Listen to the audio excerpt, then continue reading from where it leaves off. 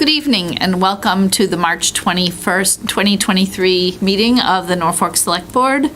We are going to begin this evening's meeting by entering into executive session.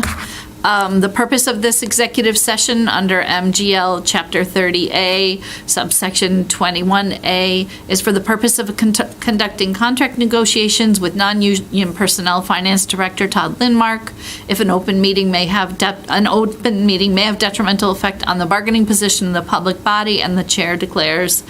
The second purpose of this executive session under the same Massachusetts general law is to discuss a strategy regarding to potential litigation insofar as an open meeting may have a detrimental effect on the litigation position of the public body, 115 Park Street. A public meeting would have a detrimental effect on the negotiating and litigating positions of the public body. An open session will convene immediately following the executive session. I move that the board vote to convene an executive session under MGL Chapter 30A, subsection 21A2, for the purpose of conducting contract negotiations with non-union personnel. Finance Director Todd Lindmark under MGL Chapter 30A, subsection 21A3, to discuss strategy with regard to potential litigation at 115 Park Street if open meeting may have a detrimental effect on the bargaining or litigating position of the public body, and the chair so declares. Second, and then polling individually, Anita Mecklenburg, aye. Kevin Calcutt, aye. Excellent. We're going to enter into executive session, and we expect that Jeff will join us at that time.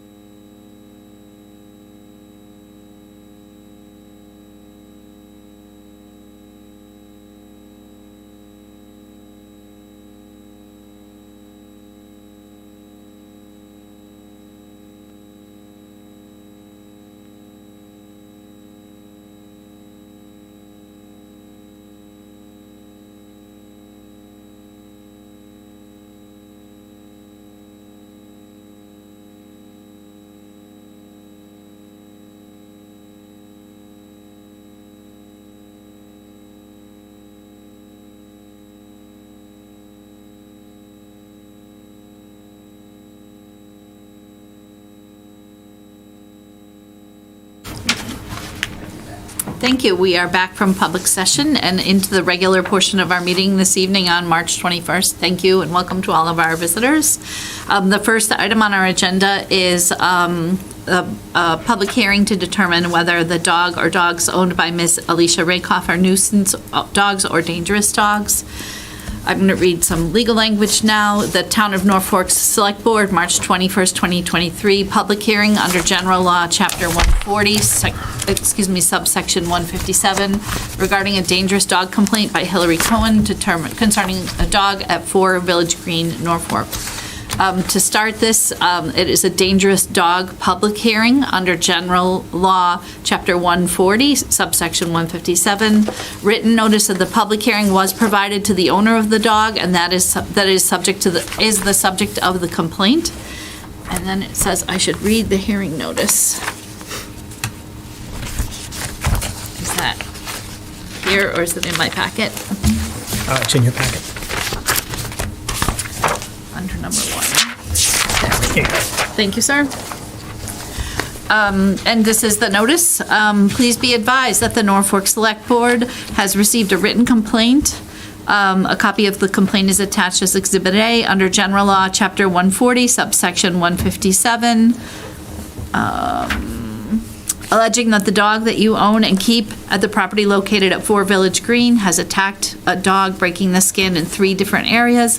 Also noted, many of the neighbors had encounters with various dogs at this address. See Exhibit A. Accordingly, pursuant to Section 157, the board shall investigate or cause the investigation of the complaint, including an examination under oath of the complainant at a public dog hearing in the municipality to determine whether the dog is a nuisance dog or a dangerous dog.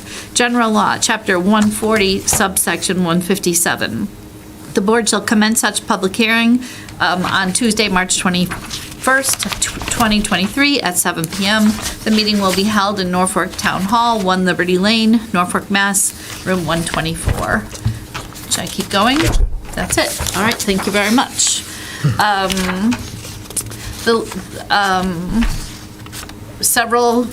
A lot of materials have been submitted. We have a lot of materials that have been submitted as part of our packet. Is that sufficient? A lot of materials have been submitted, and they are part of the packet that's also available for the public to see.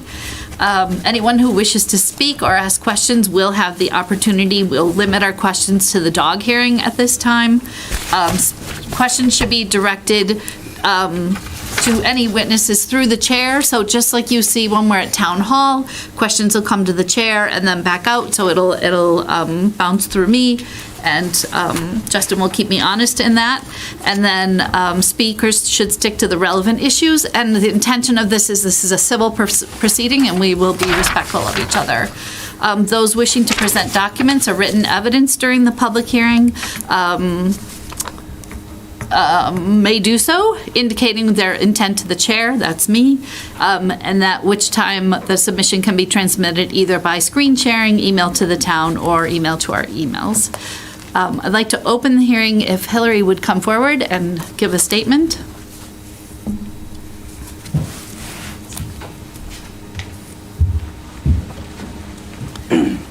I think before this, a statement is given, I think anybody that is anticipating speaking needs to be sworn in by the town clerk. Correct. I think what I have in my notes here is that you're going to start with a public statement, and then as people come up to speak, I'll swear them in. Is that okay? That is fine. I didn't know if you wanted to just do everybody all at once, or. You could do everyone at once. Swear them in as a group. Yeah. Oh, we'll swear them in as a group? Yeah. So nice to have you here, Carol. Was requested that. Well, we're always grateful for your presence. Anybody that's going to be giving testimony, please raise your right hands. Do you solemnly swear to tell the truth, the whole truth, and nothing but the truth, so help you God? I do. Thank you, Carol.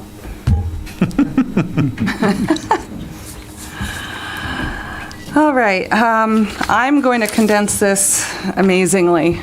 How does that sound? It sounds amazing to me. Yes. So I have a statement, and all I'm going to read is the outline that I submitted. I am not going to break into incidences per se. If the board has a question, I'm more than happy to go to that incident and answer as necessary, but I don't believe that that is going to be necessary. Good evening to all. My name is Hillary Cohen, and I have been the Animal Control Officer for Norfolk for more than 25 years. Tonight with me, we have animal control officers from other agencies who have assisted in these matters, who can answer any questions from the hearing authority as to their involvement, and we also have the public and the residents who have been impacted by animals residing at Village Green.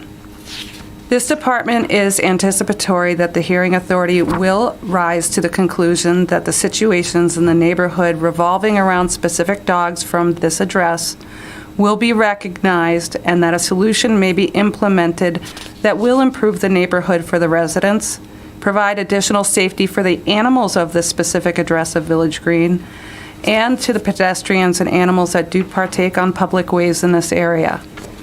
As you have seen from my packet, excuse me, as you have seen from my packet that I have submitted, there is a systemic issue of animal restraint and animal husbandry issues initiating from this residence on Village Green. Dogs running at large, unlicensed, unvaccinated, or unaltered animals, unsafe housing of animals from predators, loose livestock, dog bites to other dogs, and dog bites to humans, which have not only occurred in a public setting, but also within the residence of Fort Village Green. This department has tried to no avail to correct the issues presented through the legal means granted by law. This has been fruitless, as you have seen in my reports, and animals and humans have suffered injury due to this. I have seen firsthand in my efforts trying to correct restraint issues to find only the subject animals deceased roadside after being struck by a motor vehicle. I have seen animals being euthanized for a lack of behavioral modification and training being implemented to the extreme where the aggressive behavior has caused bodily injury to the public and within the family unit. I have witnessed livestock killed due to inadequate predator-proof housing, livestock being at large, and I have been involved with this particular subject, illegally trapping wildlife. This department has utilized every tool possible to correct the behavior, from education through enforcement, without success. Citations have been issued, go unpaid, to the point where arrest warrants are rendered by the court. Currently, there are 4 dogs in this residence that are not licensed at the town clerk's office, and I have no evidence that these dogs are vaccinated against rabies. Vaccinated against rabies.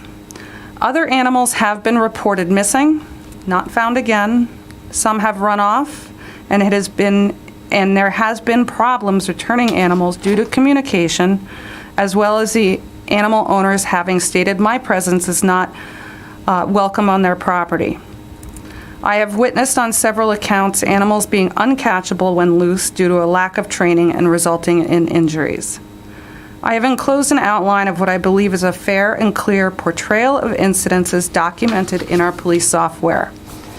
In an attempt to keep this hearing at a reasonable time frame, I will not delve into each incident, as I am confident that the hearing authority has reviewed all materials presented. I will read any section of reports requested by the hearing authority if necessary.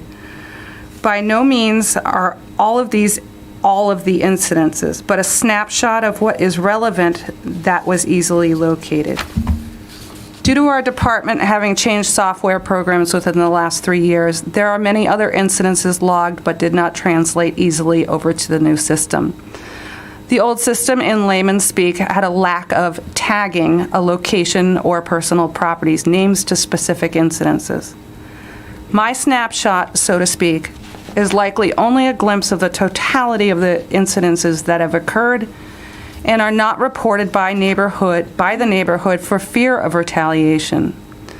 This department supports the residents in the neighborhood for their request to bring peace and tranquility back to the neighborhood, and where they feel confident that they may walk down this residential area, which is that residence is at the mouth of a dead-end street, without being harassed, attacked, or injured. In my professional opinion, there is a public safety issue. The department hopes that you will see that there is not only a dangerous dog component, but also a nuisance dog component, and will find as such in the determinations so that an adequate management plan may be imposed upon the residents. Thank you for your time, and I'm just going to read my outline of the incidences that I have submitted.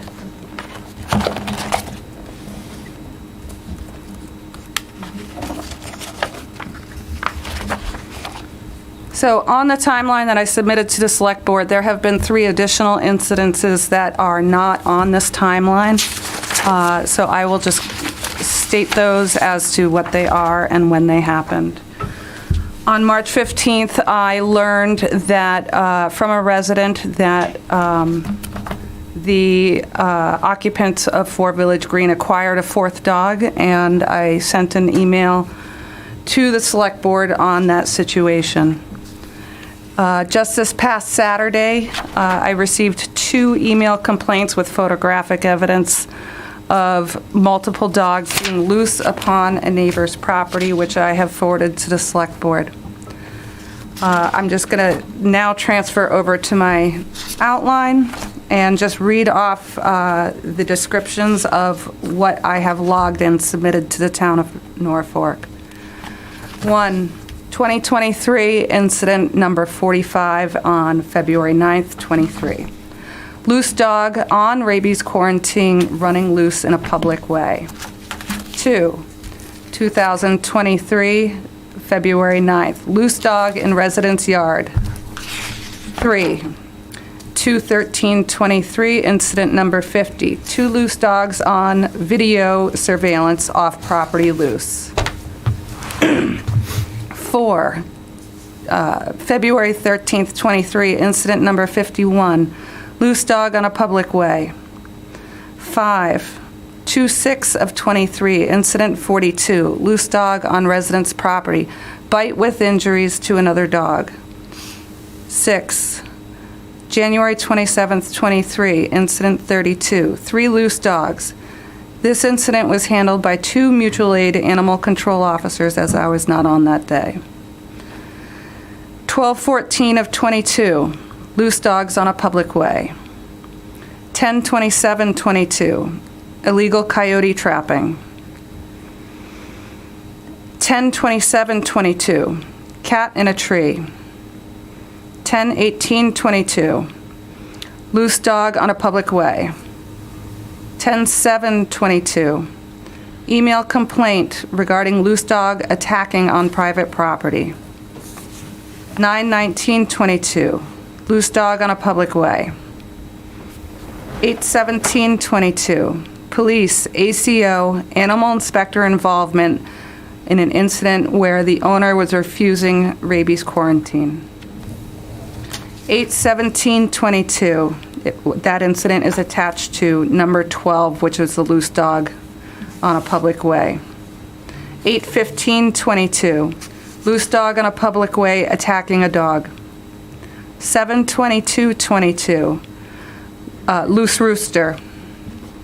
6/16/22, complaint of loose chickens.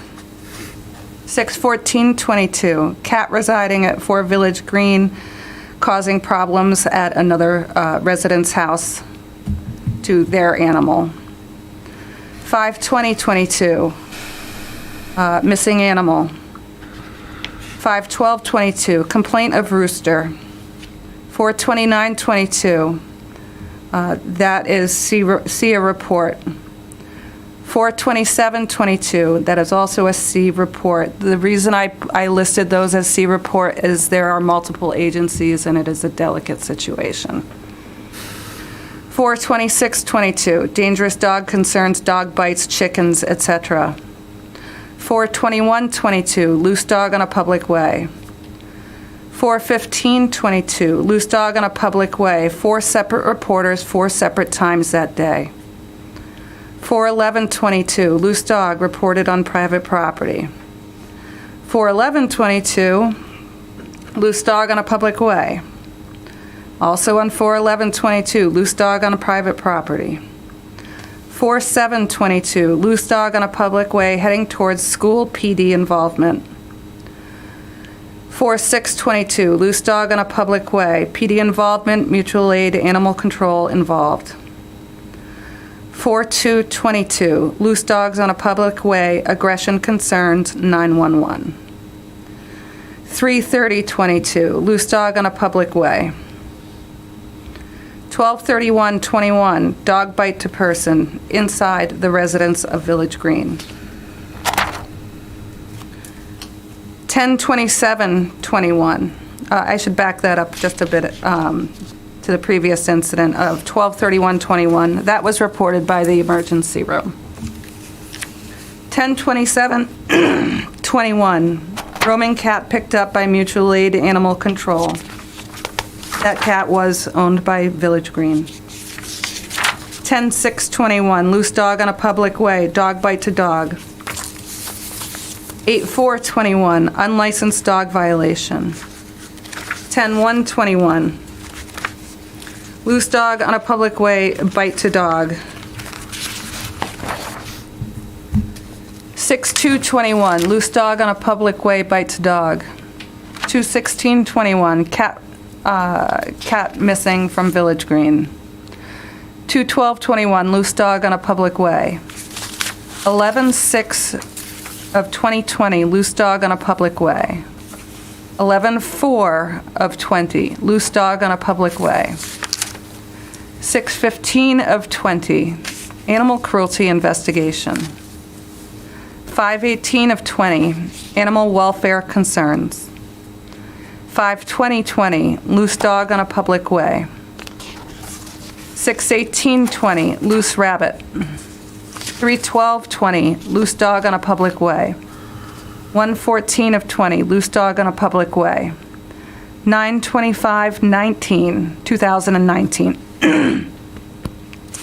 loose dog on a public way. 5/14 of 19, unlicensed dog. 6/28/18, unlicensed dog. 6/14 of 18, loose chicken complaint. 2/21/18, loose dog on a public way. 2/28 of 18, dog issue. And I guess the PD spoke with the party that came down to the station. 9/20 of 17, loose dog on private property. 9/7 of 17, unlicensed dog. 8/12/17, loose dog upon elderly housing knocking over elderly person. 8/1 of 17, restraining order request due to loose dog complaints. 7/31/17, loose dog found on private property. 7/14/17, loose dog on a public way. 7/14 of 17, loose dog found on private property, PD involvement. 7/10/17, loose dog on a public way. 7/10/17, loose dog found on private property. 4/6 of 17, loose dog on public way. 10/20 of 2009, legal concerns from a dog rescue. 10/19/2009, legal concerns from a dog rescue. I somehow logged that I was at court on 2/23/05. On 9/1 of 2004, loose dog aggression issues. There are many more incidences of court appearances, unlicensed dog citations that, not sure why they didn't make the outline, but you have a copy from the town clerk that shows the totality of, sorry, that was a lot to say at once. That shows the totality of the debts owed to the town of Norfolk. May I ask a couple clarifying questions? Sure. Before we hear from our witnesses. In my experiences, in my limited experience with dog hearings in Norfolk, usually there has been a specific dog named. So there's been this dog, and it seems like there's 4 dogs at this property, and the number of animals has changed. Is that correct? Correct. It does. It's kind of a turnkey situation. If for one reason or another that a dog is removed, there's usually one that it comes in and replaces. We have also had dogs change name. So as a way to cover which dog is which, we have been able to narrow it down with photographs as to who is what and where. I personally would request that any and all canines upon this property would fall under an order. Just it is all husbandry, restraint, and then if you add in a behavioral issue, which there is one dog there currently that has a bite history, I think they all need to be treated in the same respect of restraint. Thank you. Do you have any questions before we have people come forward? Jim? Do you have any questions? No. All right, are there people who would like to come forward and talk about the,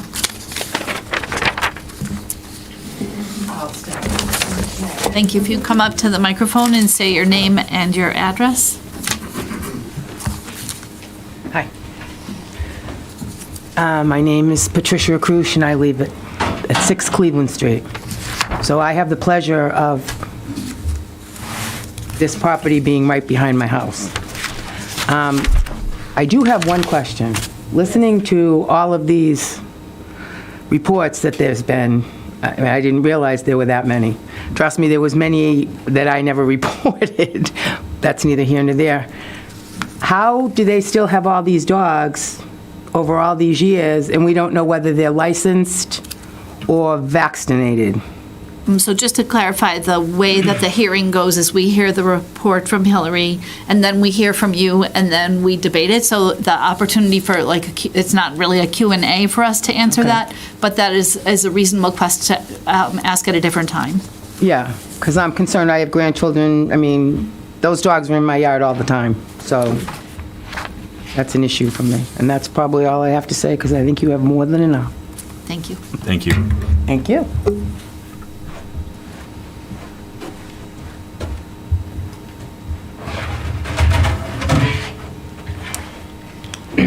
My name is Maggie Weil. I live at 4 Cleveland, also abutting their property. Similarly to what Patty had stated, there are far more incidences that have gone unreported for fear of retaliation, especially due to proximity. I was also under the impression that loose chickens were not something that I could report. And the rooster under my window at 4:30 in the morning was not something that I could report. But this is unfortunately a situation that goes far beyond just the dogs. But I came in a little late. I heard mention of just the animal welfare in general. I currently have... Interrupt you for 1 second. Yes. Were you sworn in? Oh, You said you came in late. Carol, could That's we? late.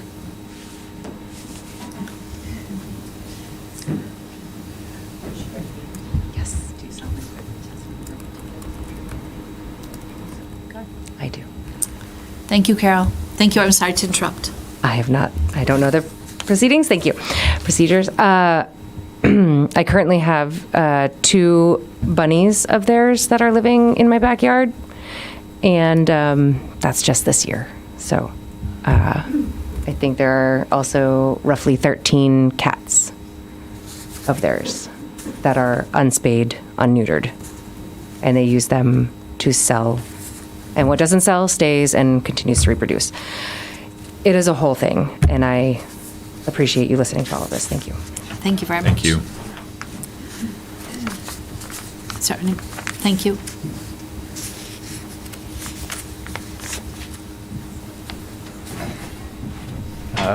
Ryan Hartmeyer, 24 Village Green. Just really just wanted to have my voice on the record saying that everything that the neighbors have conveyed is my experience as well. I've actually never reported and kind of regret not doing it, but I've had many incidences as well. Walking by, we own a dog. We actually don't, when we walk our dog, we stay on the loop and then go up Avery in the new area. We consciously do not walk by their place because of that. There's really nothing more to say. I think there's clear evidence of the history here. Thank you. Thank you. Is there any, thank you.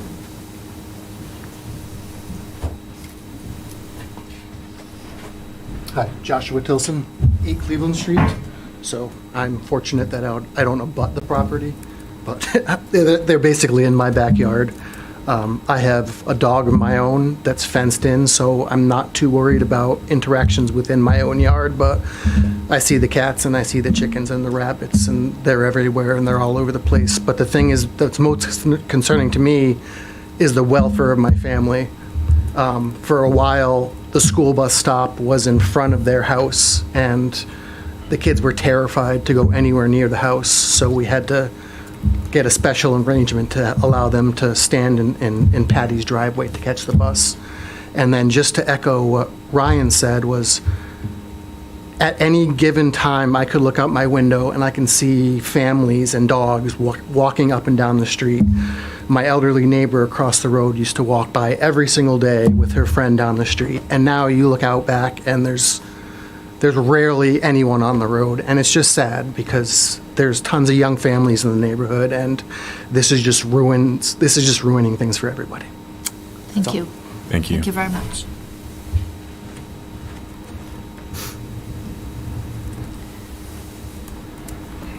Is there anyone else who would like to come forward?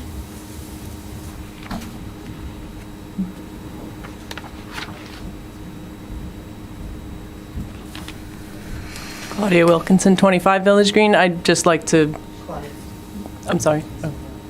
Oh, everyone else was on? Yes. We had a group Oh, I see. event I'm before you sorry. got here. Do you solemnly swear that the testimony to give is the truth, the whole truth, and nothing but the truth? So- I do.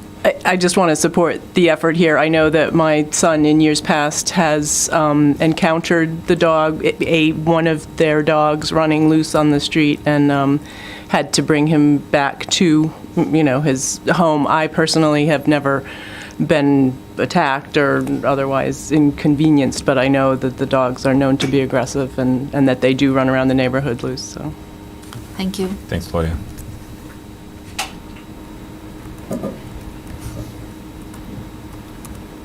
Is there anybody else who would like to come forward? Nobody else? Hillary, can we bring you back in case we have questions?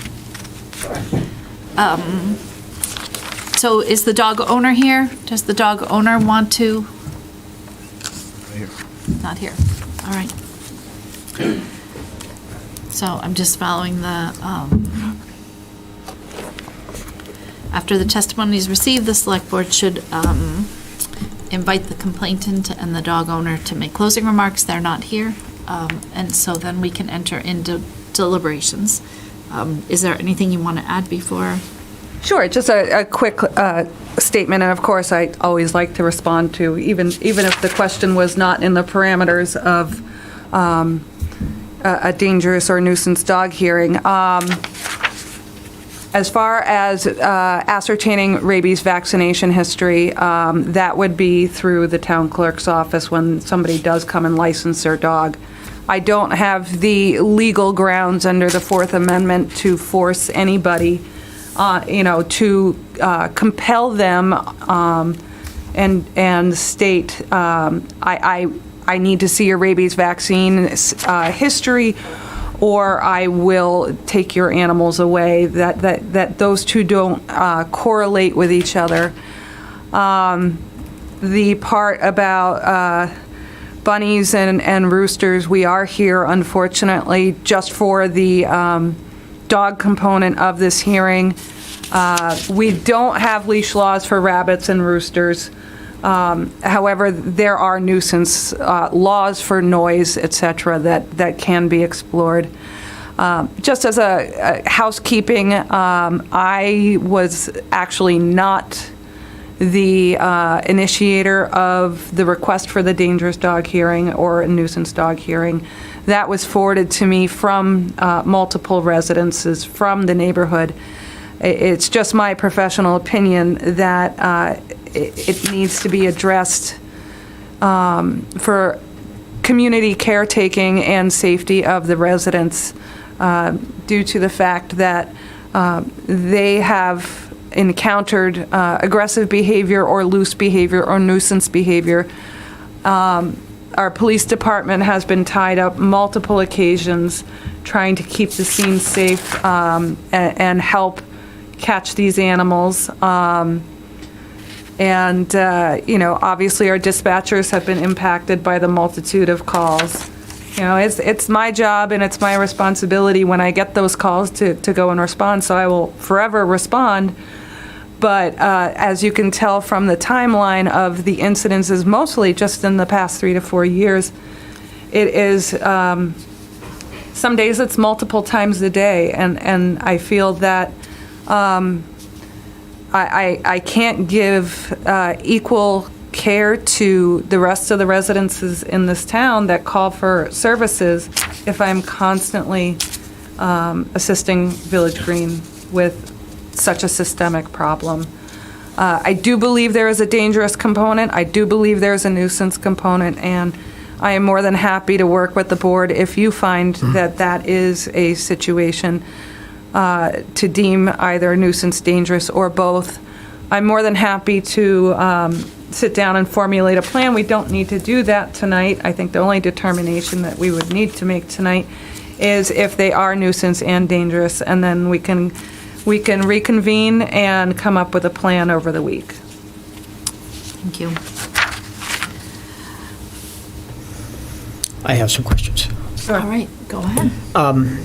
In reading through this material, and I heard tonight a couple of comments, there are people that feel that they're concerned about retaliation. Correct. That's a very disturbing word. Do you have any more information or detail on exactly what that means and how that's happened? There's a lot of interpersonal behavioral situations with the residents of this residence. I don't know if threats have been made against the public. I do know, I believe it's documented in one of my reports, the police department certainly did hear about this, working with multiple agencies, that my safety and well-being was threatened by one resident in this house. Still, not going to make me say, see you later. I'm still going to deal with the issue. There are a lot of legal indicators that that the propensity could be there. I know there are boundaries around this hearing as to what we can and we cannot do, and where our authority resides and where it does not reside. Correct. People should not, there's no one that loves dogs more than I do, but, well, a lot of people love dogs. I'm on a long list. But I've seen you with your dogs. I think you win. people should not be in fear of walking in their neighborhood. That is just morally and ethically wrong. Correct. And so I would look to your guidance as to what is the strongest direction we can take to help prevent that within the boundaries of our authority. Correct. That is just wrong. And I know we've experienced these before, but when I read through this, which tells you I need help when I need to actually read through this, that is the extent of the material you sent us. Correct. That's a whole lot of material. And That's about 60%. Well, thank you for withholding the other 40. I'm eternally grateful for that. Yes. Just my opinion, whatever plan you can come up with that within our ability to manage this, that will help rectify this problem, we need to do something. This cannot be ignored. I agree, and this is why these hearings end up in your venue, because my laws stop at that point. I know. And I certainly would, as we have done in the past, it would have to be a very secure fencing situation, and any non-compliance. In an order such as this, I would request that if the dogs are at large and violation of the order, that one, if I am able to secure these dogs in my custody, to hold them until they are in compliance, And if I am not able to secure the animals after a violation, that I have the ability to go over to the courthouse to get an administrative assistance for a warrant to remove the dogs and hold them until we're in compliance.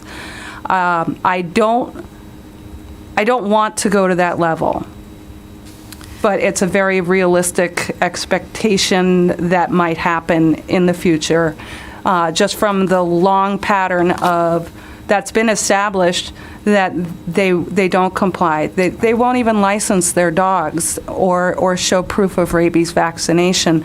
I've contacted their vet on multiple occasions. I've even contacted random vets to see if there's any records for these animals there. May I ask a question? Do you know the name of the dog? I'm sorry to interrupt you. That's okay. No, I do, but my question can come later. You go right ahead. Do you know the name of the dog with the bite history? That is it Cleo or Chloe? Cleo. Cleo, a.k.a. Nala. What do you mean by AKA? The last bite on record, she, the party, the owner, caretaker, stated that that dog's name was Nala. So that dog was quarantined with the name Nala. So I'm just going to do some thinking out loud with the board, but then open it up for more questions, if that's okay. I feel like, as I read all the legal language at the beginning, we are restricted by General Law 140 in some of the actions that we can do. The way the law is written is that it is a dog hearing, like singular, like a dog hearing about a dog.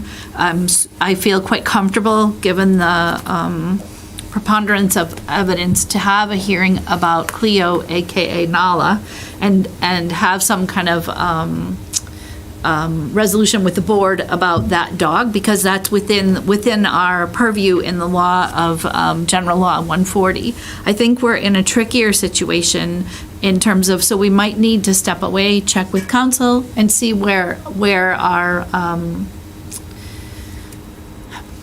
we need to figure out where are the places that we can have a bite in terms of enforcing the laws, right? There needs to be a way to enforce that. And so I think the broader complaints, that we need to do some research and understand what are the possible legal courses of recourse for us as a community and as a board. But I think if we, so I'm thinking that within the general law, we really can't make a ruling about all the dogs on the property is probably illegal, or all, like I was thinking we could say Cleo is a dangerous dog, and then all the other dogs are nuisance. I think that's outside of the way I'm understanding the law. But I think we could go forward and say that Cleo is a dangerous dog. There's a bite history. We have reports about it.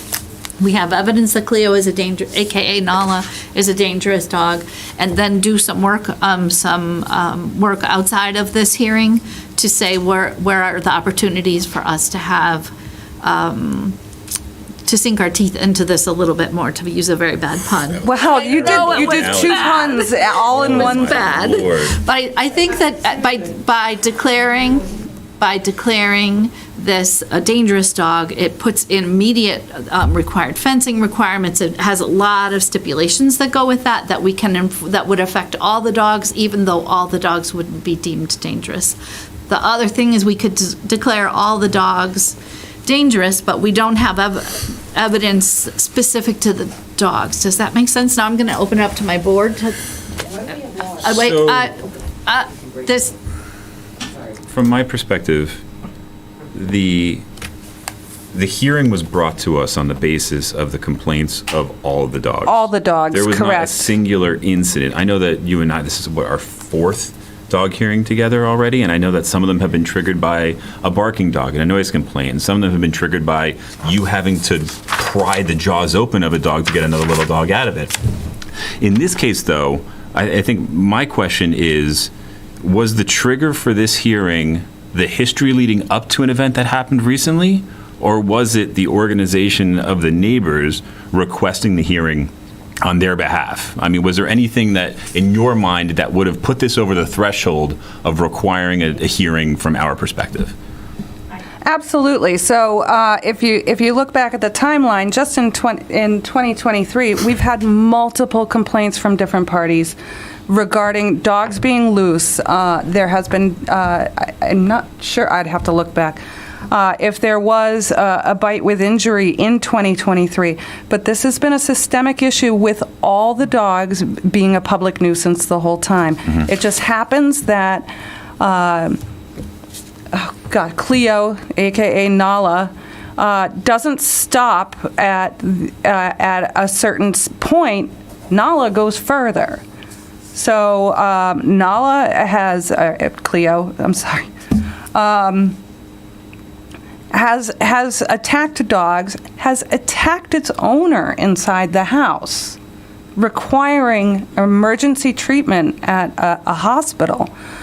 All dogs are a public nuisance, every single one of them. And I don't believe that we are limited to one dog being declared during a hearing. I believe we can say all dogs that are currently under the care, custody, and control at 4 Village Green need to be managed by XYZ, whether it's if the other 3 fall under a nuisance category, and Cleo, Nala, is not just a nuisance but a dangerous dog.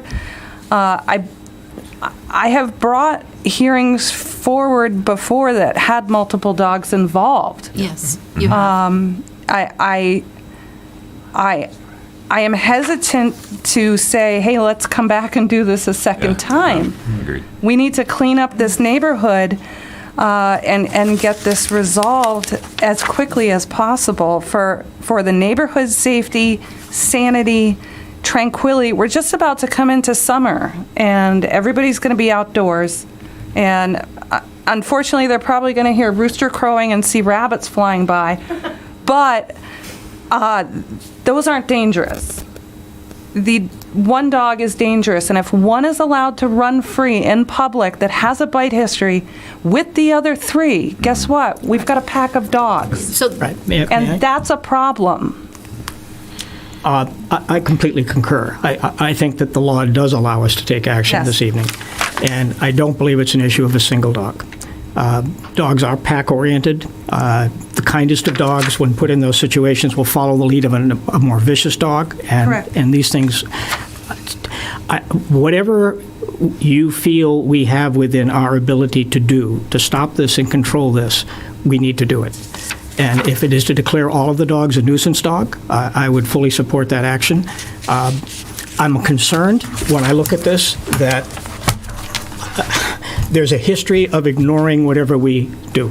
Correct, which is why I brought So- up the fact that this will probably escalate into a court of Yeah. law. I suspect you're right. And what I think, and I'll stop in a minute, but I think what's unfortunate is that, most of the time I have not found it's the dog's fault, it's the owner's fault. Yeah. And that's what's unfortunate about this. But It's that very- said, the owner's not here to defend themselves or to discuss it, so we really, I guess, can't go there. But so I here- just want us to do something to stop this. Here's what I would suggest to the board, and I'm wide open to, because I feel like in a new domain because of the situation is broader than what we've handled before. What if we made a declaration of Cleo as Nala as a dangerous dog, separate, just make Correct. that dangerous. Correct. Do the subsection 1, 2, 3, 4, 5, and 6 of all those things that we're requiring, everything from insurance to, all of those things, just short of euthanasia. So I'm just proposing this, I'm just thinking out loud. 1, 2, 3, 4, 5, 6. Then we could have a separate motion, For a nuisance. separate notion that declares all the dogs on the property a nuisance, so that in the event that the nuisance dog is overturned in court, we can still land solidly on we have the dangerous dog on the property. I don't know, I'm not an attorney, so Nor am I. Can I ask a quick question? you may, of course. Hillary, I know that we have the latest issue of the severe bite incidents with Cleo, aka Nala. Was there any other incidents on record of the other dogs being involved in a bite? No, just being nuisance animals, which is why in my email to you, to the board, I did state that I would like a dual purpose hearing, which is for Cleo, AKA Nala, to be, if you guys found, to be deemed as a dangerous dog and every other dog that is on the property to be a nuisance dog. And when we could formulate a plan as to containment and enforcement, that it would alleviate all of public interaction from any of the dogs being loose, roaming, etc.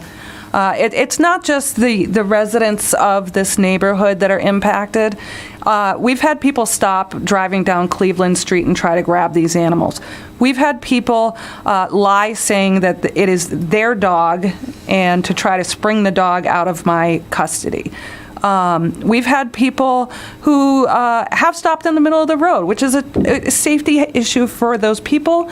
People could drive off the road and cause an accident, or even worse, if these dogs are running loose. So the big thing is if we can get all these dogs at home, contained, so that they're not a nuisance or a public safety issue, that's a great place to start. And if I need to end up going further for court for non-compliance of dog licensing or vaccination or enforcement of non-compliance of whatever order you guys decide upon, I'm happy to do that.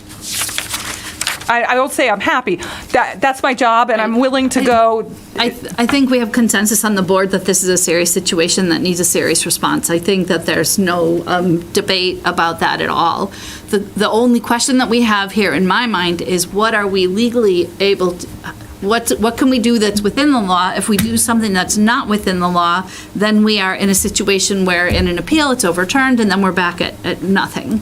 And so I feel like if we think about Cleo specifically as dangerous, and we say because that Cleo's a he or she, Nala, female, that means she has to be chained or tethered. Let's see, the dog need to be humanely restrained, provided that no order shall provide him to be chained or tethered. Correct. That the dog be confined to the premises, provided that confined means securely confined. That when removed from the premises, the dog must be muzzled, is a contingency of this plan. That the owner of the dog has to provide proof of insurance for $100,000, insuring the owner against any claim or loss, is part of and that the owner or the keeper of the dog provide licensing to the animal control officer. So we have all those things, and that unless an owner or keeper of the dog provides evidence that a veterinarian is in the opinion that dog is unfit for alterations, that the owner keep the dog shall cause the dog to be altered so the dog shall not be reproductively intact. So I'm very comfortable about Cleo and Nala saying subsection 1, 2, 3, 4, 5, and 6 for Cleo. Correct. And that would require proper fencing. That would require all those things that we required before. The fence that can't be accessed from outside. All of those things would need to be in place. And then you would have the authority to do something if that wasn't followed. Correct. Then I'm nervous, but comfortable to go forward and saying all the other dogs on the property, we declare them as a nuisance. I'm not a lawyer, so I don't understand the law at the highest level. The way I read this, I think we have a lot of evidence that there's a serious problem. Is that serious problem solved under General Law 140 or not? I don't know. But we can try and say we're going to say all the other dogs are also a nuisance dog, because then if we only do the Cleo and then they get rid of Cleo or argue that Cleo is now Simba, then we don't, so we have a two-edged sword. Does that make sense? It does make sense, and in a situation for that, what I would request also in those numbers of, how it says to furnish to animal control, I would be, we can discuss it at length back and forth as to the stipulations of the order, but these dogs must be microchipped with Norfolk Animal Control as well as somebody as a contact point, so that if these dogs are loose in the future and called into a company for chip scanning, that we are aware that these dogs are loose. I would request that photographs of all animals be submitted to the Animal Control Department so that we can positively identify which dogs are which. I will say that law is a little antiquated now with social media. I can basically find out everybody's dog that they had from 8 years old up to 50, because they're posting all these pictures everywhere. But I am with you, Anita, in the respect that I think we need to do everything just shy of euthanasia. And I believe that Cleo, aka Nala, should be declared, and I believe that the other three should be declared as a nuisance. And then we can work out the parameters of what will be acceptable to the board for the deeper contingencies as to how they're going to be managing going forward. Just to reiterate or support what you're saying, subsection 5 says that the owner or keeper of the dog provide to the licensing authority, that's you, or the animal animal control officer, sorry, that's you, or other entity identified in the order, information by which a dog may be identified throughout its lifetime, including but not limited to photographs, videos, veterinary examination, tattooing, or microchips. So we're within the law to require that. Yes. And so I would like to make a recommendation that is within the law, so then it is enforceable, and then we can do next steps to keep that neighborhood safe. If we do something that feels good but isn't necessarily supported by general law 140 subsection 157, then we're in a situation where we are maybe spinning our tires because we can't back up, put our money where our mouth is. I'm still in the mouth things. I'll think of some more idioms in a minute. I'm not sure I understand where the law hesitancy is. I mean, we have had dogs declared, one as a nuisance and one as a dangerous in the past. So I'm not sure where the hesitancy is on doing a dual declaration. I don't think I have a hesitancy. I'm saying, I think what I'm saying, and maybe I'm being confusing, but I think what I'm saying is I'm comfortable talking to the board and voting and deciding that Cleo, Nala, Simba is a dangerous dog as one declaration. And then as a separate declaration, in order to make sure that we aren't putting all of our eggs in one basket, as a separate declaration, say the 3 remaining dogs on this property we consider to be nuisance dogs and subject to the stipulations that go with that. Okay. So, but I agree with you. I do feel that, that the identification is going to be paramount, because if there are future instances, they're going to claim that the dogs are different dogs and they got rid of those dogs and this dog. So I definitely, we can talk to specifics via email. I know you guys don't want to talk all night about this. You have other business to get to as well. I think the declarations are what is highly important as of tonight, and as far as the specifics as to fencing, due dates, timelines, what's acceptable and what's not acceptable, we can work those specifics out in the next coming days. I just want to get the ball rolling so that we can get on top of this. Well, first of all, I don't think there's anything more important than we'll do today. This is very important work, so I don't want to shorten it because of that we're busy. I do believe that it's really important that, as frustrating as it is, that we need to do something that is actually enforceable. Yes. So to make a move tonight that feels good but that is legally not enforceable doesn't help these people. And so I think we should follow the law and make sure that we have one that we are. I'm not an expert. I am not an expert on the law on this, but I have participated in several dog hearings, so I believe we would be on solid ground with the Cleo situation. And on the other one, I believe you. I believe we can say the dogs are there, but I'm not as confident, not being a lawyer. Did you want to? I've been talking over you. I just think we're at the appropriate time for us to close the public hearing so that we can move into proper deliberation. Okay. Oh, I was deliberating.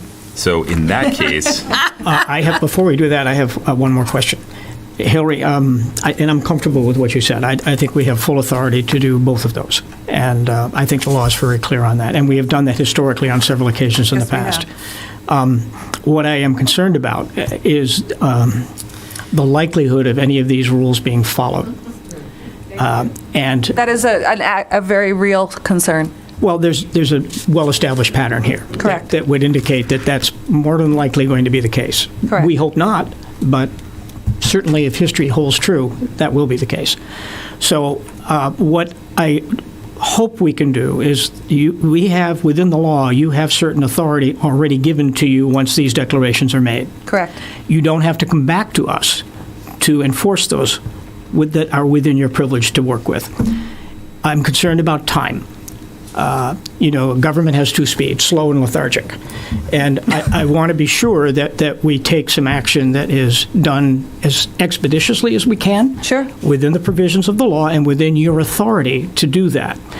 Where you're not welcome on property, we're going to see how that goes. There's workarounds for that. I know that. I was being a little facetious on that. But Hillary, I'm just concerned that this will drag. I agree. And so whatever steps we can take, and however, I think I can speak comfortably for everybody, anything we can do to help prevent that from happening. Oh, sure. You need to let us know. I was under the impression that you had a full agenda, but I'm able to sit here and speak all night if you guys want. No, but my point is, Hillary, is that you have authority. Once this vote is taken, you have, within the provisions of that vote, you have authority to do certain things. Exactly. I do have the ability to implement certain sanctions and actions.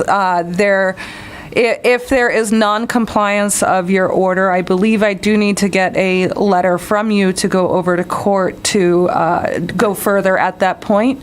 I think any order that is to be served or implemented at this point, I think it's going to have to be constable service, hot air balloon to drop it down. I don't know, but we've got to be able to serve the order, and at that point, then that clock ticks. Got it. Thank you. Okay, thank you. So we're moving into sorry, I deliberated without the motion, Kevin. I move that the board vote to I'm sorry, wrong one. I move that the board vote to close the public hearing of various dogs owned by Alicia Raycroft and begin deliberations. I apologize for skipping that step. And then we're deliberating. Second? Second. All those in favor? Aye. Aye. All right. Do you guys want me to go back that way, or am I still in the hot seat? I think you're still in the hot seat, Okay. I think. So we're deliberating, and I feel like I'm in a good place, and I feel like I can make a recommendation that we move that Cleo is a dangerous dog, and that the other dogs on a separate motion that says the other dogs on the property are nuisance dogs. How do you feel about that? Can I just ask one question? I think we're past that point. I think we are, I'm Yeah. sorry. It's just, we're only using Alicia's name, not Brad's. So what if they say they're Brad's dogs, not Alicia's? I can answer that very quickly if you guys want me to. It's not going to be part of the I hearing. think that what I'm going to say to Hillary is that I feel like we're going to try, our goal is to build something that gives you the authority to do what you need to make this neighborhood safe. Sure. And so that's our goal. Yep. And we'll do it thoroughly and carefully. Ask me when we go out in the hall. I will have an answer for you. Do we have a consensus? We do. Well, do you have any other questions? Well, you do on this side. I can't speak for the right side. Do we have to, the right side, do we have to name the dog specifically as part of the motion? Because if we do, I think I'm going to need some help on the name of the other 3 dogs. I was thinking we could say the 3 remaining dogs at 4 Village Green. I know I'm nervous That's about a that too. dangerous road to go I down. know, I'm nervous. So I can give you descriptions of the dogs.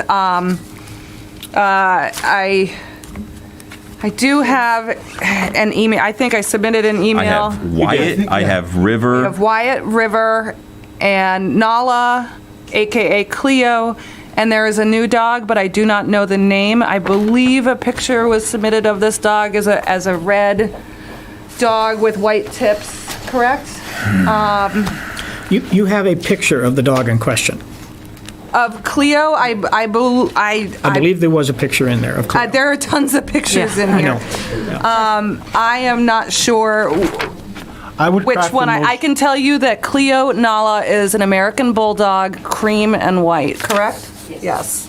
We can't engage them now because we've closed the hearing. We can't engage them. Okay.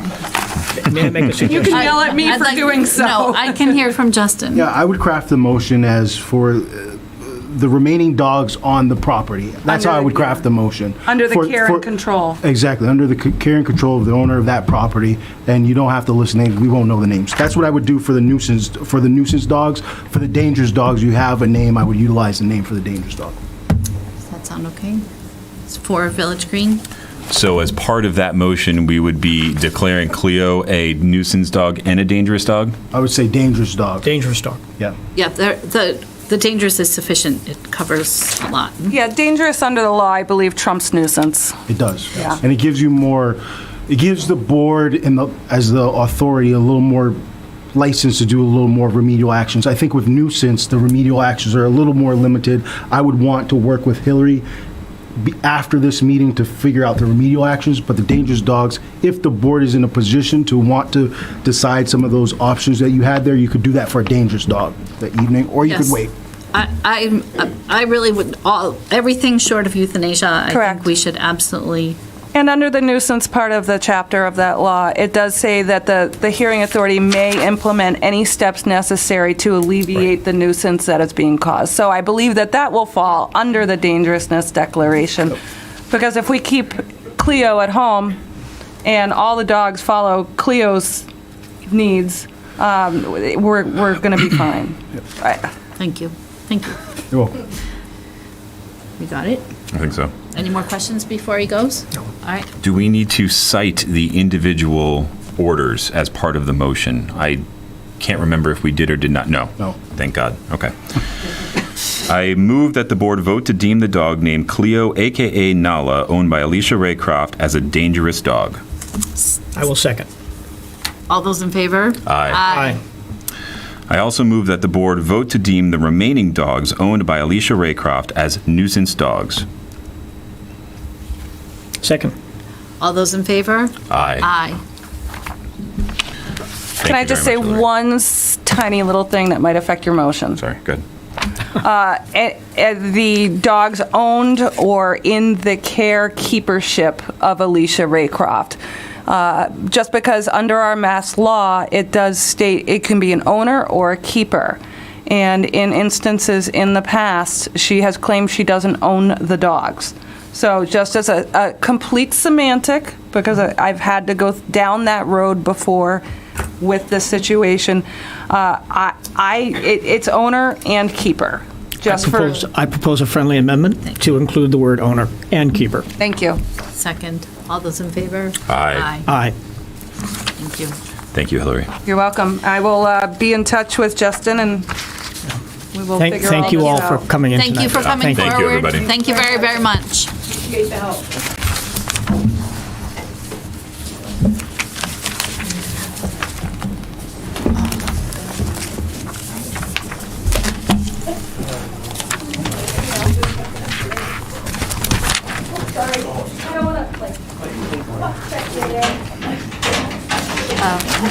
May I just get a drink of water?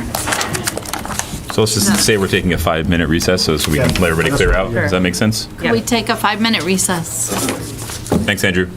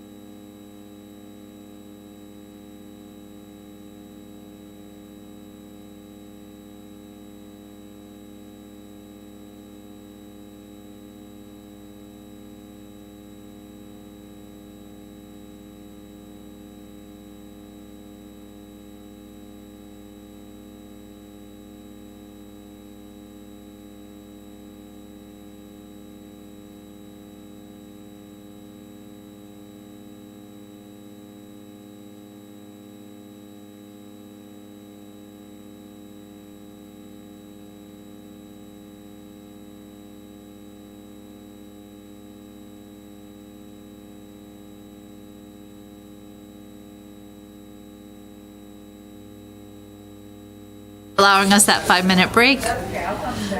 We are back. We're going to start with public comment. So is there any public comment either online or in person? Any public comment from the public? No one's online. No one's online. All right, I'm going on to discussion about adding a select board member to the master plan steering committee. First, we're going to continue item number 2. I apologize, I skipped right over it. Yes. Do you want me to just open it real quick? Do we have to open it? No, it's already open, because it's already It's a open. continuation. So go ahead. I apologize, this is Verizon Eversource. A point of order? Yes, please. I think we should say we have to reconvene the public hearing. You're talking about the poll hearing? Yes. Yeah. You should say you're reconvening. We are reconvening the poll hearing that we began at our last select board meeting, and we're reconvening it at this time. It was just paused. Thank you. Yes, thank you. And so before the board, the last meeting, there were questions, outstanding questions. I think we received some information from Ron Lamar and the team at Vertex about the poll hearing, about the poll. Just to answer a couple of the questions, and I would have Ron talk a bit more about this if the board so chooses. It's a lot more costly for to bring the service underground from the other direction. This was a decision that was vetted by our DPW team, our fire station building team, our OPM, and our architect. Ron is on the Zoom right now, and he can give you some more information. But this is an important item that we need to vote on at this meeting, so we can move forward because it's associated with the fire station project. Thank you. I don't have any other questions. Do you have any other questions? I would just like to hear from Oh, Ron as to why. Go ahead, Ron. Hi. So during the course of the design, when we went out to the site, we met with all parties, and including the utility companies, and we looked at the option to bring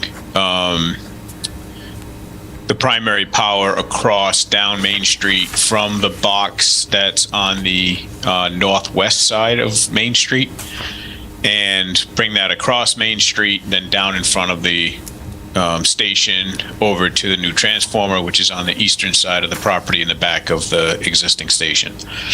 And we would be crossing pipes underneath the Main Street. We would be bringing that through an area where we're going to have the stormwater drainage in the front of the building. And even though there is an area from the street to the beginning of the stormwater, that's where the sidewalk would be going. So essentially it'd be under the sidewalk, and again, there'd be some crossings of existing piping. While there, we talked to the inspector about having a new pole put in, which is on the eastern side of the property, which is allowed by the town. Verizon and Eversource were both there, and they said that that would be a much simpler solution to this. In addition to that, it would be less costly to do it that way. And our engineers thought that this would be a much better approach than having all of the runs kind of coming down Main Street. So it was kind of a win-win from the complexity of it to the cost of it. The other piece of it was keeping the existing station operational while this work goes on. So coming from the northwestern side of Main Street, you're not only coming across Main Street, but then you're cutting right in front of the apron where the fire trucks leave the existing station. That wouldn't obviously be done in a day. And so by coming from the eastern side of the property with the new pole, that area doesn't get disturbed and allows the station to operate freely. So from a logistics point of view of the temporary facility, from a cost perspective, from a complexity perspective, the decision during the course of the project was to go this route. And for that reason, Eversource and Verizon, I believe it's a Verizon pole that'll be set. Eversource will then use that pole for the primary power. We've talked to the MEC. MEC is fine with it. In terms of power, the circuitry is the same, whether it comes from the western side or northwestern corner of Main Street, or whether it comes from the eastern side. So for all those reasons, that's where we're at with the project. Thank you, Ron. Do you have any questions? No, I watched the meeting from last time, so I'm familiar with it. No, I'm fine. Questions? Makes sense to me. Thank you. Makes sense to me, too. We really appreciate your time. Thank you very much. You're welcome. So close the public hearing. Oh, yes, please. I move that the board vote to close the public hearing for the Verizon Eversource poll petition on Main Street. Second. All those in favor? Aye. Aye. And I will also move that the board vote to grant permission to Verizon New England Incorporated and Eversource to place one jointly owned pole number T62.5 E.62M on the south side of Main Street at a point approximately 767 feet easterly from the center line of Rockwood Road. Second. All those in favor?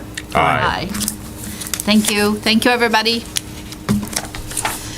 We already did public comment out of order. I apologize for that. And so that brings us to number 4, to discuss and appoint a select board member to the master plan steering committee. As part of the master plan, we have Rich here if you like to have, ask any questions. The select board needs to appoint one member to be a part of the master plan steering committee. It's made up all the planning board members, including the associate member, one member of the select board, one member of the conservation commission, and 4 residents. And so this is the next step of adding one more member to the master plan steering committee. Rich, do you want to add anything? Or? No, thank you. I think you covered it nicely.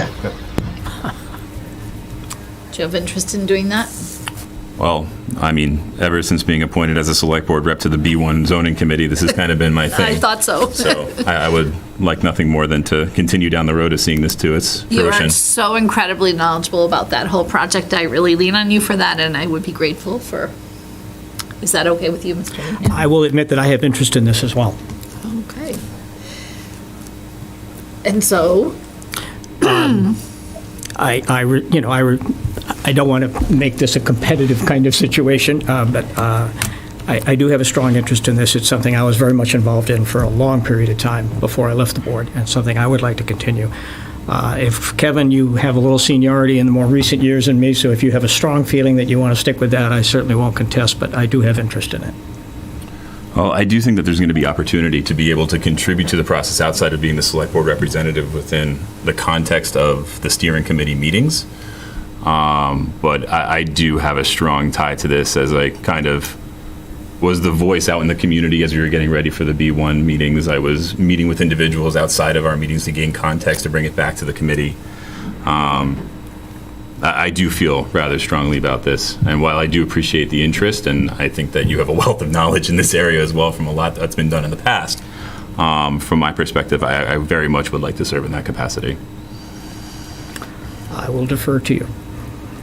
Greatly appreciate it. Thank you. yes, I appreciate that too, because you bring a lot of history, so I have mixed up feelings, but I'm glad to have Kevin serve, and I'm confident that we'll have your perspective as we move forward in the process, so thank you very much. So should I do the motion, since you're in the motion? Sure. I move that the board vote to appoint Kevin Calcutt to the Master Planning Steering Committee. I will second. All those in favor? Aye. Thank you. Aye. Thank you both very much. The next one, to make an appointment to the Board of Registers. Before we start this, I want to make a public apology. At our last meeting, we were kind of flying through, and we had 2 names there, and I personally was not prepared to think about the 2 names. And I said at the meeting that I hadn't received communication from either member, when indeed I had. And so I want to correct that mistake. I had received communication from Peg Driscoll, a very thoughtful email from her explaining her qualifications, and so I had received that. I said that I hadn't, and I apologize for that. That was 100% my error. And so at this time, we have to discuss as a board. We have 2 names before us, which is an unusual circumstance, David Rosenberg and Peg Driscoll, and I would open it up to the board for conversation. My apologies. Thank you. Well, how do you want to proceed on this? I guess if I would lead the conversation, I would say last time we had information from Peg. She has a thoughtful resume that she brought forward, and I would be very comfortable because I had that information from her to move her name forward. I'd be happy to hear from the opinions of the rest of the board, though. I would concur with that as well. I mean, I think before us we have 2 dedicated servants here in town who have given so much to the community. So we greatly appreciate everything that both of you have done for our community up until this point. I think both of you are very well suited for the position. Obviously, David has been doing the position for a little bit of time now. From my perspective, we kind of defer to the DTC for their recommendation on these things. So given that the DTC's recommendation is Peg Driscoll, I think that's where I would defer to my support. Thank you. David, I would be happy to have you heard.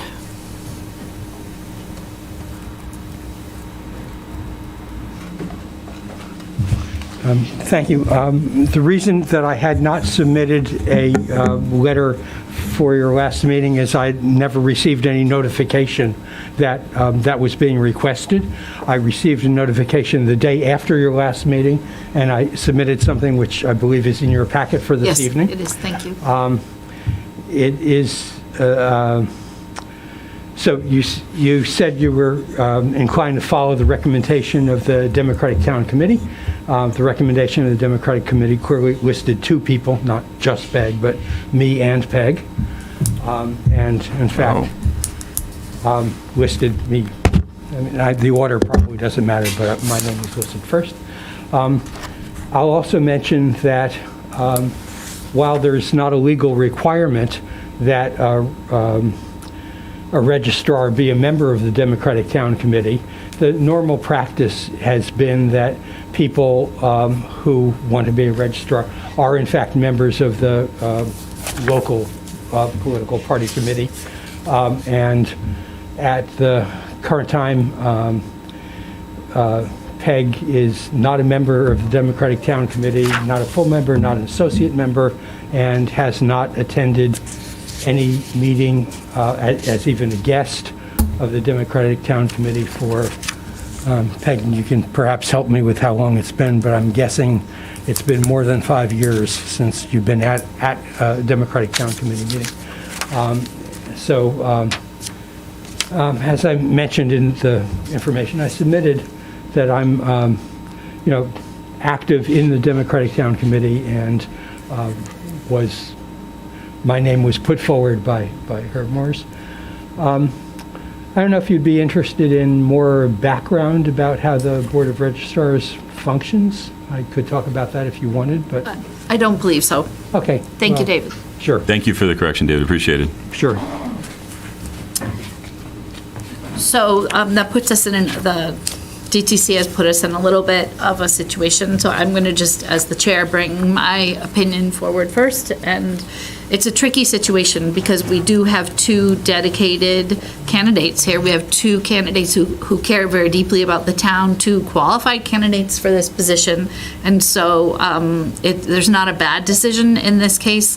I feel like given the people that I've heard from in communication and given sort of the direction of the town, I feel like Peg Driscoll would be a nice candidate for us to have for a next step. That would be my opinion. You're right. We're in a Tough. We have two very qualified individuals. I too have gotten some feedback from folks involved, and while I think David has done an excellent job in the role over past years, I think that there is a feeling that I think Peg would be. It's time for Peg to take on that role, and I would be supportive of that nomination. I'm going to remain consistent as well. Agreed. Thank you. So before we make a motion, I just want to say very clearly that we, as a board, unanimously believe we have two very strong candidates in front of us and are making this difficult situation, and I would accept a motion. I move that the board vote to appoint Peg Driscoll to the Board of Registrars. Second. All those in favor? Aye. Aye. Thank you both very much again. Thank you, thank you. Congratulations, Peg.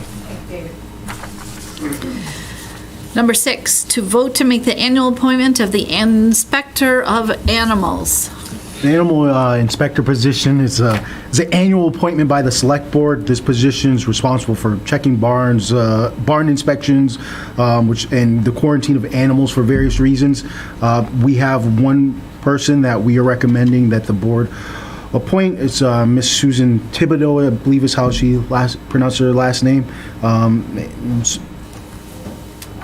And that's what the board has in front of them to consider. Thank you.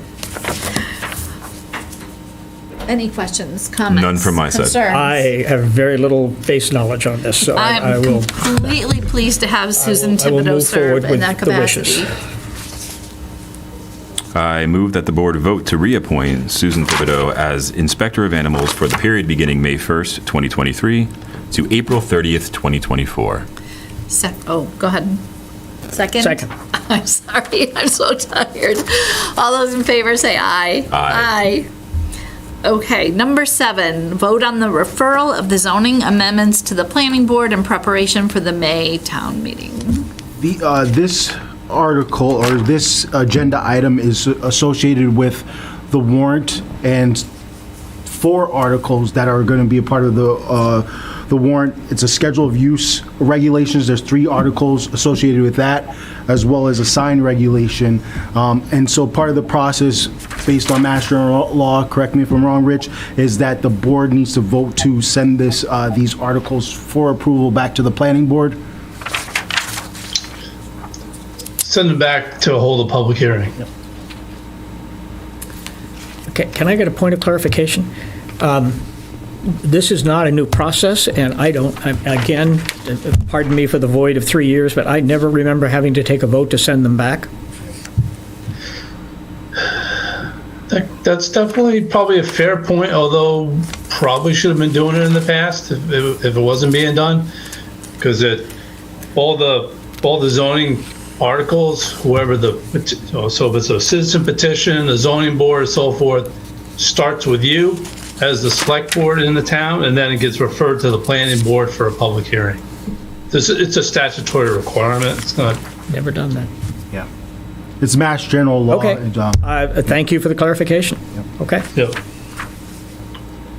And so just, this is my first experience doing this, so we are not endorsing these, we're just moving them forward. Sending them home. Sending them home. All right. Yes. I move that the board vote pursuant to MGL Chapter 48, Section 5, to refer the proposed zoning bylaw amendments to the planning board for its review. Second. All those in favor? Aye. Thank you. Thank you. Always a good night when you learn something new. Yes. I did not know that. Number 8, vote on the board's intention to lay out the following streets.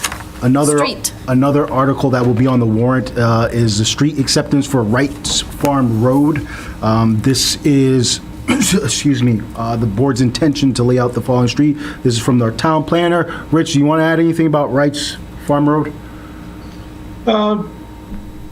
Sure, just a quick. This is the final road to be accepted in the preserve at Katy Pond. I'm sure most people know where it is, out of the center of town off the Meeting House Road.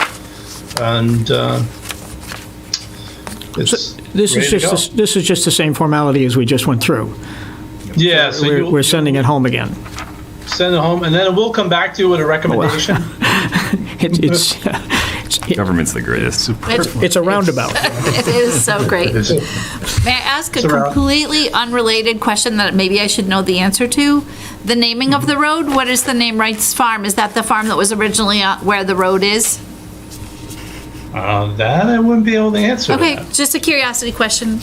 I know we had a naming protocol, so I was just curious. I'm not. This isn't a new road. This has been. Yes, yeah. I know people who live. Okay, it was just a curiosity. Don't do any research. Okay. Go ahead. I move that the board vote to, on its own initiative and based upon the recommendation of the town planner, refer the proposed laying out of Wrights Farm Road to the planning board for its report and recommendations as to whether such ways should be laid out as public ways. Second. All those in favor? Aye. Number 9, thank you, Rich.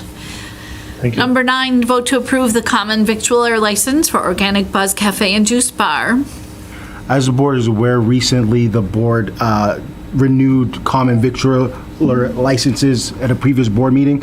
Organic Buzz did not submit its paperwork during that period. They have now submitted their paperwork. The treasurer collector and the building commissioner have all given their good standing approval. There is one outstanding item. It's inspection by the fire department, which will occur on Tuesday, assuming that all things pass in that inspection, we're, bringing forth before the board the common victual renewal license for Organic Buzz. Super. Any questions, comments, concerns? Just fantastic to see them back. I know that we don't have a whole lot of businesses here in town, so to see another one of them making a comeback was fantastic. So really happy to see them opening up again. Excellent. So are you saying, just a point of clarification, that you could we not make this motion to approve it subject to a successful inspection by the fire department? You could, yes. I mean, that would make more sense to me. Yes. The motion would be subject To an acceptable, whatever the appropriate term is, but Yes. that would, to me, Yes. expedite the opportunity for these folks to get to work. Exactly. Yes. So with that, I move that the board approve and execute the common victual license for renewal for 2023 for Organic Buzz Cafe and Juice Bar LLC, subject to the receipt of all required documentation, inspections, and payment of fees. Second. Second. All those in favor? Aye. Aye. Thank you. Number 10, use of Town Hill. This item is regarding the parade route for Norfolk's Memorial Day celebration, which will be on Monday, May 29th this year. This is something that has been annual. It's approximately will begin at 8 a.m., proceed by the Norfolk Cemetery. A memorial service will be held at the cemetery, and then a march to the Town Hill for a closing ceremony. We have approvals from the various departments. There are no issues, so we're recommending that we vote to approve the use of Town Hill for this parade route. Excellent. I do not have any questions. Do you? None whatsoever. Do you have any questions? Awesome. I move that the board authorize the road closures for the route of the Norfolk's Memorial Day Parade, as well as the use of Town Hill for the ceremony on Monday, May 29th, 2023. Second. Second. All those in favor? Aye. Excellent. Review of the warrant, number 11. Okay, so the board has in its packet a draft of the warrant for, May town meeting. I'm going to run through them. I will say that there are a couple of articles, particularly Articles 26, 27, and 28, that we're still waiting. We're going through some language. They're pretty robust articles. So one of the motions for executing the warrant, I'm going to ask that you say subject to town council approval of language. But if the board is comfortable with it, I'd like to run through the warrant with you all. And I think Amanda's going to share it on the screen, and while she's doing that, I'll begin. So the first article is the election of town officials. That is a customary article at this point, sponsored by the town clerk. We'll have Article 2 will be the article for unpaid bills.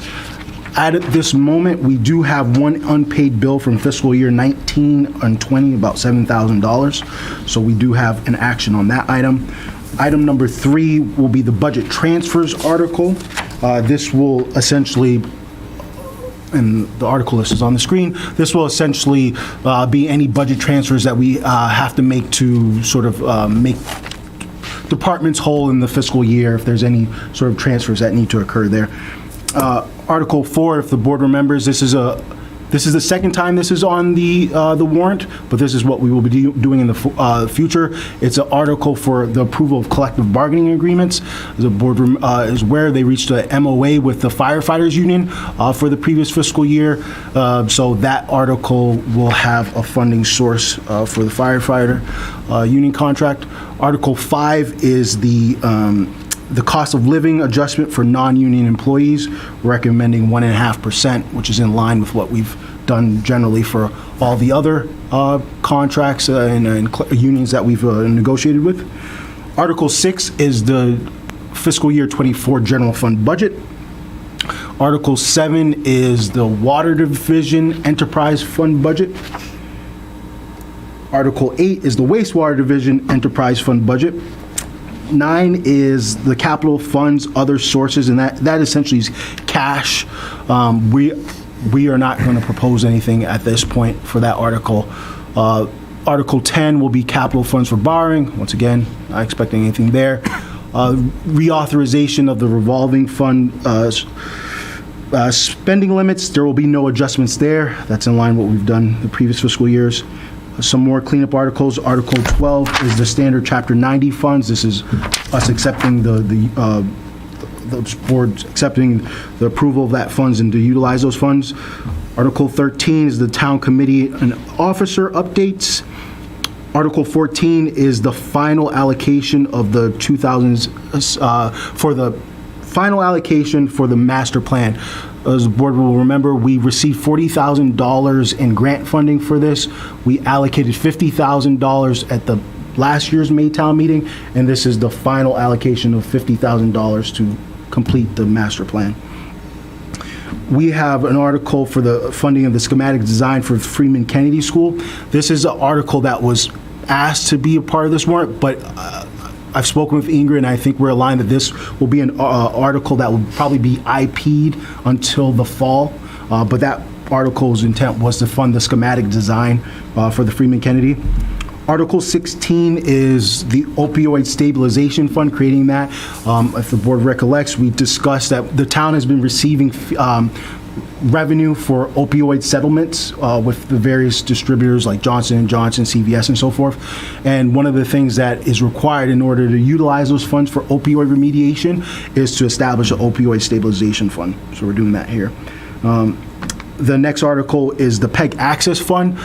This was a statute that a lot of other communities have established a few years ago. We probably should have been doing this, but essentially it's a cleanup article. It makes sure that PEG access funds that we receive from Verizon and Comcast, for example, they flow into this fund, and then from this fund is distributed to our partners at NCTV.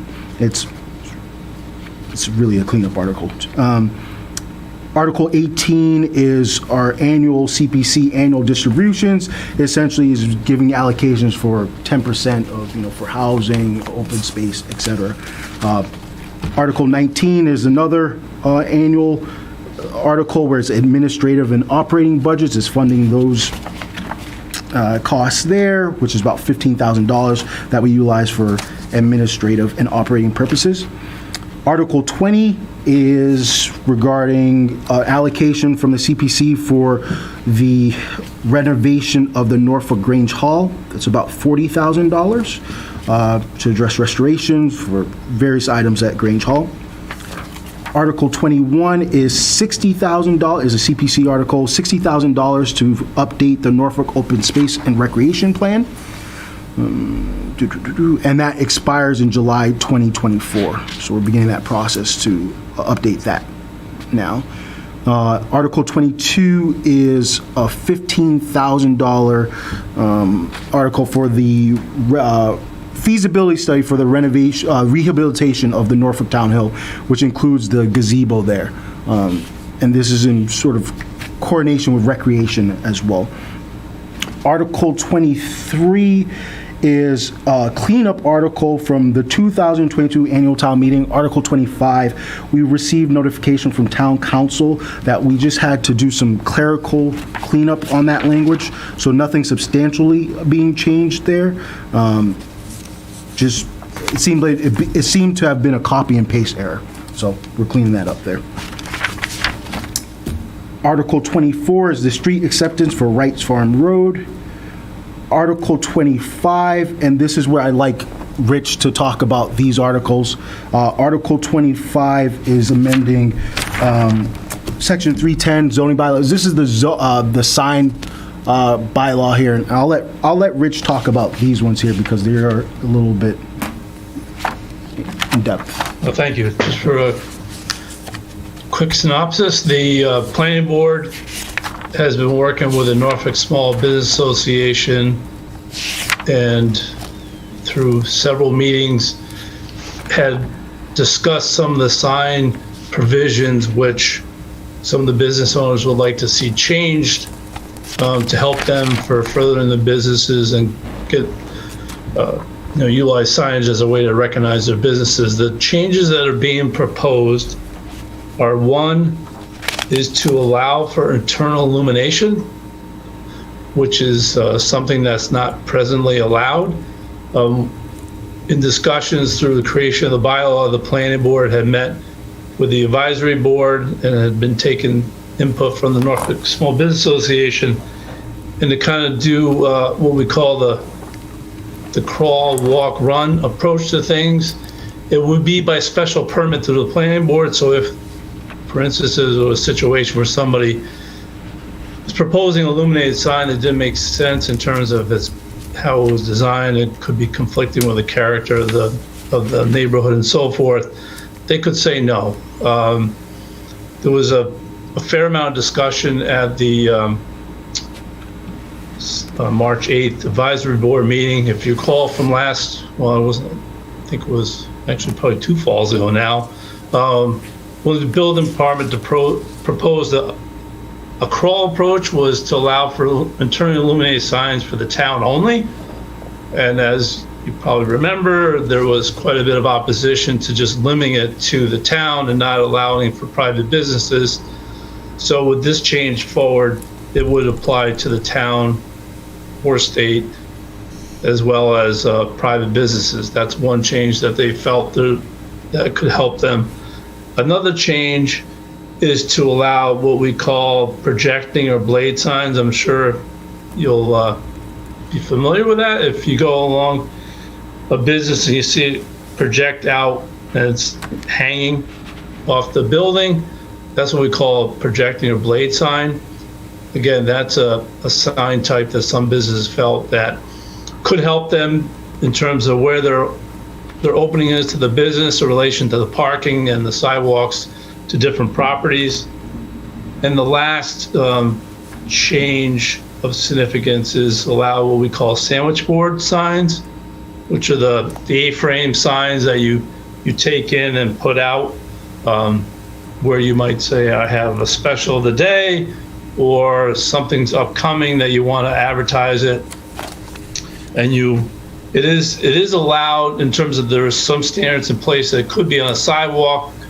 However, the sign has to create at least 4 feet of clear space so people can walk. It's not blocking people to be able to walk back and forth and handicapped persons. And they felt that, and it could also be on the business property as well, but that's another type of sign they felt could help. It's similar to the sandwich board signs you see the civic organizations use now. That permitting process runs through your board. And those are the proposed changes.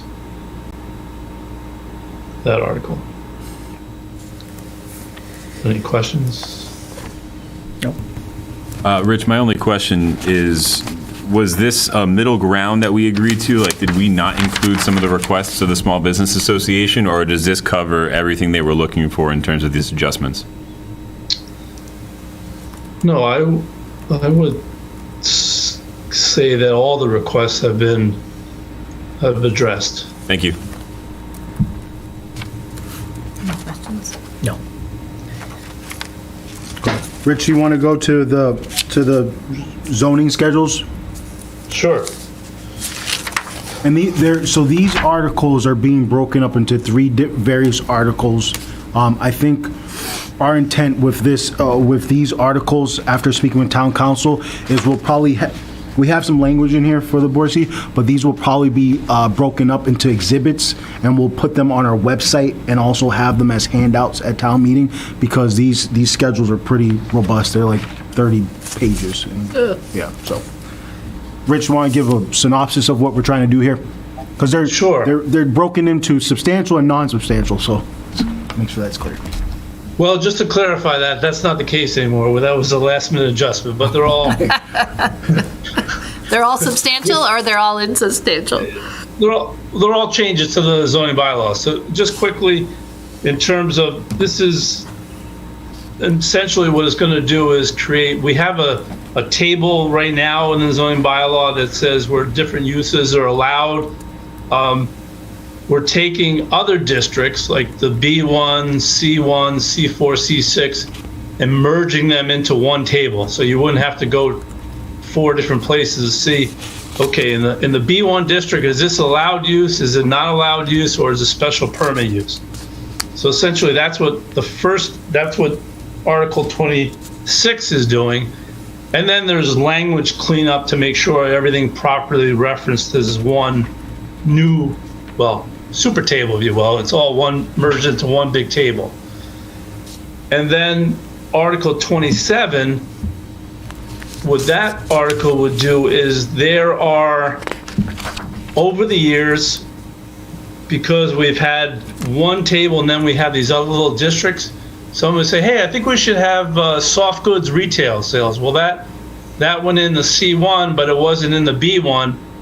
And so when we bring this all together, there's probably 8 different ways to say retail sales. So the intent of the second article is say, okay, retail sales is retail sales. We condense it down to one. Restaurants, we say restaurant, we say restaurants, put an S on the end. It's again, just to consolidate it into one and simplify it into one use category. And then we are going to, essentially the uses don't change. So for example, if it's not allowed, it stays not allowed. So if it's allowed use, it remains allowed. So we're not necessarily changing how it looks in each different district, but we're putting them all together and then reducing it down. The reason why we're separating it out is that way, if town meeting understands it and gets the concept for the first one, that's a big step forward. Not the best step, but it's a good step. If we get number 2, then we've really moved that much closer where we've condensed everything down, got rid of duplications, and that's another big step. And then the third one, which is the Article 27, is in the chart, each little cell where it's empty, we're going to put a no. And where there's an SP, we're going to put an SPZB. So at the end of the day, if all 3 of these we'll reduce it down and consolidate it. There's a lot of moving parts, so there's quite a bit to it, and that's why the thought was to have it as an exhibit and not necessarily in the warrant. And that way, between town council and the moderator, and kind of before town meeting, have some flexibility on how to approach it from a vote standpoint from town meeting. The planning board has been working on some handouts based on a preliminary discussion with the advisory board on March 8th, which would say, okay, if it says, for example, adult daycare, well, adult daycare is going to be removed out of the residential section and moved into the commercial section. So there's an explanation column for people to be able to see where things are moving, say, okay, they didn't get rid of it, they just moved it. So it's really a guide for town meeting. We get through this all, it will be a really positive. You deal with the zoning quite often, and you don't necessarily have to deal with it every day, but this will be a huge step forward because it'll be more organized. So you won't run the risk of having conflicting uses anymore going forward. It'll be understandable. Thank you. Okay. One thing with these articles, I think, because we were literally going back and forth with town council today on the language and cleaning up, so there was a last minute adjustment there that I didn't know about. Once this is finalized, I intend to bring it back to the board, have the exhibits so the board can see it and understand it better as well. Sounds like it was a lot of work. Thank you. Yeah, so I should have started out that way, and thank everybody. So it goes from the building department, Bob's office, everybody in his office, the planning board, the advisory board, everybody. This is a whole on deck kind of team effort to get to where we're at today. So I really appreciate all the help from everyone. Thank you. Rich, do you want to take 29 and 30 as well, real quick? Sure. That's the Chapter 300 wetland. This was proposed by the Conservation Commission. Oh, yes. So the Conservation Commission is going to add an exemption for the town of Norfolk Public Works Department. When they do routine maintenance, they don't have to, for minor activities, they wouldn't necessarily have to file to do their work. It was as part of another project that it became aware that there was a conflict with the general wetlands bylaw of the town of Norfolk versus the Wetlands Protection Act. And so, working with DPW and Caitlin over the Conservation Agent, the Conservation Commission, they're proposing to make this minor adjustment, which will, when, DPW needs to make a filing for a project, they can, for that's more of a larger project, but certainly routine maintenance, we don't want to be in the position where they have to go before the commission to do their normal routine maintenance work on roadways. And then the last one, 30, is as part of the Wade's Crossing, which is the relatively newer name. Most people probably refer to Abbeville 40B development off of Lawrence Street. Part of that mitigation for that development was the creation of a sidewalk from the entranceway down to the causeway on Lawrence Street. As part of the permitting process, there was a piece where the town of Norfolk would need to get involved in terms of getting permanent and temporary easements in order to construct that sidewalk. In discussions with a couple of the property owners, they weren't necessarily interested in waiving any damages. So because of that, we hired an appraisal company to come up with a dollar value for the easements. We have I have a meeting Thursday with DPW just to go through them. So we have I think it's 20,000 as a placeholder value. Is that Yes. correct? Yes. Okay. So we will come back from the appraisers with an exact figure. Depending on the timing, it may have to get deferred to the fall, but if we can have it in time to be able to get it done, then we would like to try to see if we can take care of it in the spring.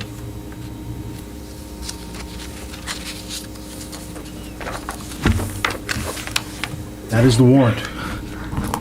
I think for some of these, so what we're asking the board to do is to approve the warrant this evening. But as I said, the language probably should include subject to final review by town council.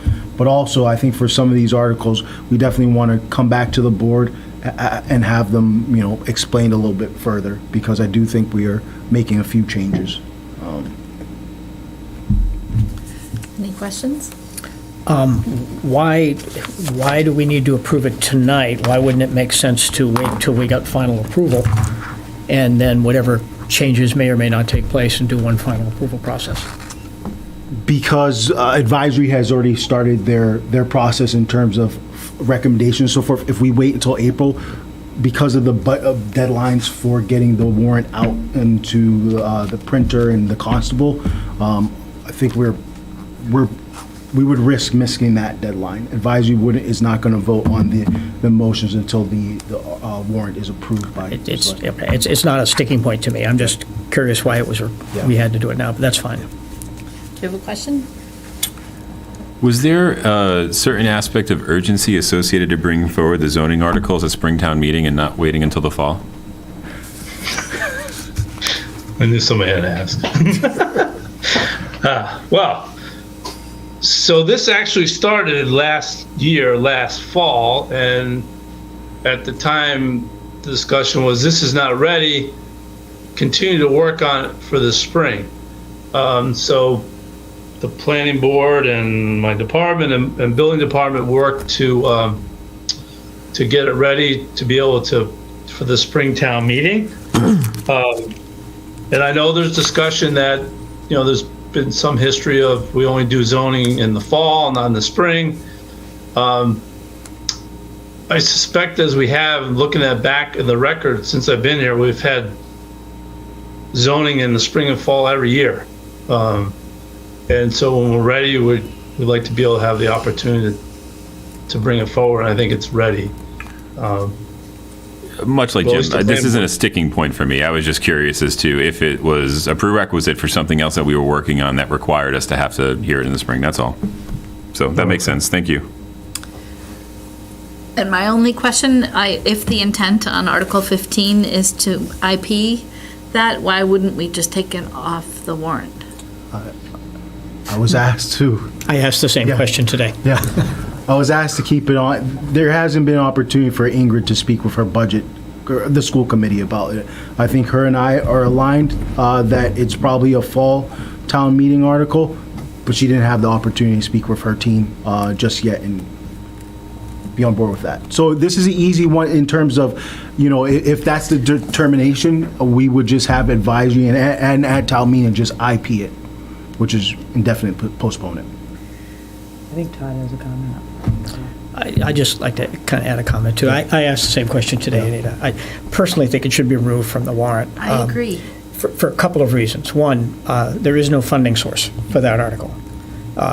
It's somewhere between $2 and $4 million. It can't come from free cash. It can't come from stabilization. So there's no funding source. So why would we even have an article on the warrant that requires a funding source when there is no such funding source for it? There's nothing to do with the pros and cons of whether it's needed. That's not the issue. It's just that it's premature. There's no basis for having it on there. And I would hate to get into a discussion in town meeting over an article prior to, somebody may recommend IP, someone get up and get it amended. And then we'll get into this horrendous debate, and at the bottom line, it's irrelevant because there's no funding source. So I just think it should come off. And I also feel like we've already gone to the town. I desperately, first of all, feel like it's desperately needed. So I'm not at all contending the project. It is desperately needed. Having worked at HOD, they're bursting. And so it's definitely needed. But because it is, we're not ready to go forward with it, politically, just bringing it up in front of everybody after we've just done the fire station, just having a pause, I think, of none of those projects on there. I think there's a real advantage to waiting till we have all of our ducks in a row to having that on the warrant. I agree. I agree. I don't see any I value completely there. agree. Yep. Okay, we can remove that. Yes, sir. We'll also have a warrant article for sewer retainer. Go ahead, Todd. Go ahead. No, go ahead. So that's what I was going to ask, is the retained earnings for wastewater? Why don't you come? You got to speak up, my friend. I know it's on me. Sorry about that.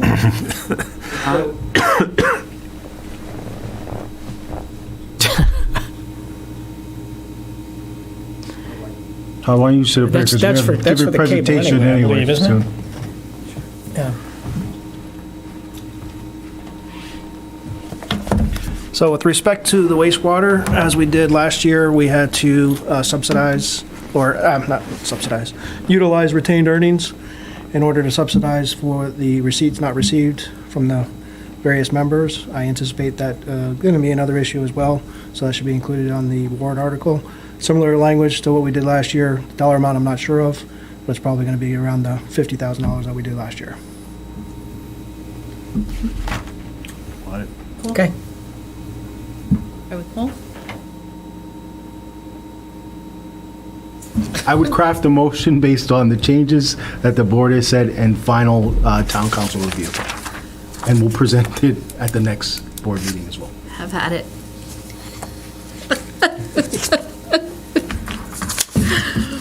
All right, so we're minus Article 15? Mm-hmm. And what was the last addition? Articles 25, 26, and 27 are contingent on, well, the whole thing could be just contingent Yeah, The entire warrant is contingent. upon the attorney. I would say the sewer retainer earnings. Kevin, an article for sewer retainer earnings. Could you clarify for me? Are we gonna call that Article 30? Yeah. Switch it with 15 because you're going to remove that. Okay. Sorry. And then the whole thing will just be contingent upon. Yep. All right, I move that the board execute the warrant for annual town meeting minus Article 15 as currently listed on the proposed warrant, replaced with a new Article 15 in reference to the sewer retained earnings to be held on May 17th, 2023, subject to the final review by town council. You're good. Second. All those in favor say aye. Aye. Aye. Nicely done. Thank you. Number 12, update on housing choice. I'll have Rich take the lead on this. Just the board is aware, we did receive technical assistance grant for Housing Choice, which was about $20,000. And so we wanted to be in line with what we committed to with the board and to the public, is give regular updates about this. There was a recent advisory from the Attorney General, and I'll have Rich take it from there. You're on mute, Rich. Sorry. There you go. My apologies. Thank you. So I believe you did probably receive a copy of the advisory from the Attorney General's office. And the Attorney General's advisory, and I think we'll post it on the website too as well, so people can see it. Summation of it is that housing choice, I would consider it not a choice.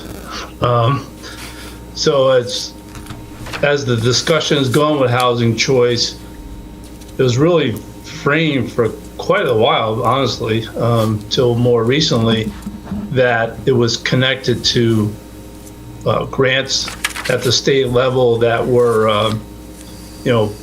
one is for Mass Works is one funding source. There's Housing Choice is another grant program. There's a couple other grants that if towns didn't comply with the new legislation, which requires a high-density multifamily district for MBTA communities of 15 units per acre, 15 dwelling units per acre, you wouldn't be eligible for those funds. And January 31st of this year, the state had requested an action plan be submitted by all the MBTA communities to demonstrate how they would comply with the housing choice guidelines that were enacted. We did submit an action plan January 31st, excuse me.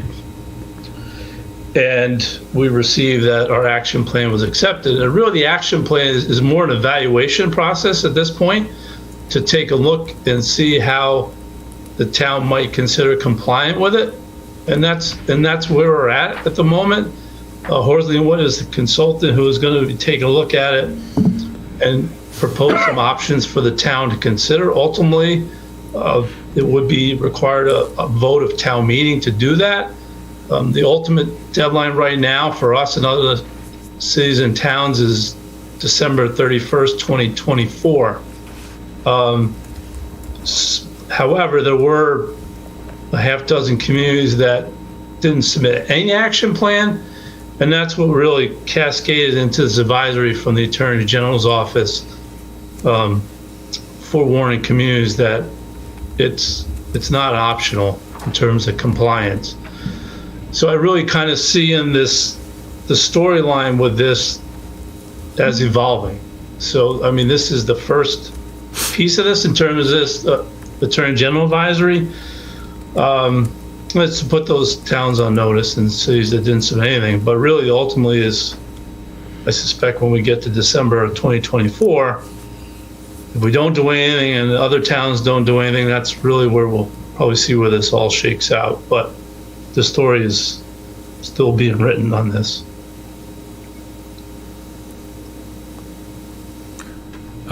Rich, if you could, can you just kind of give us the broad strokes as to what that submitted plan for Norfolk entailed?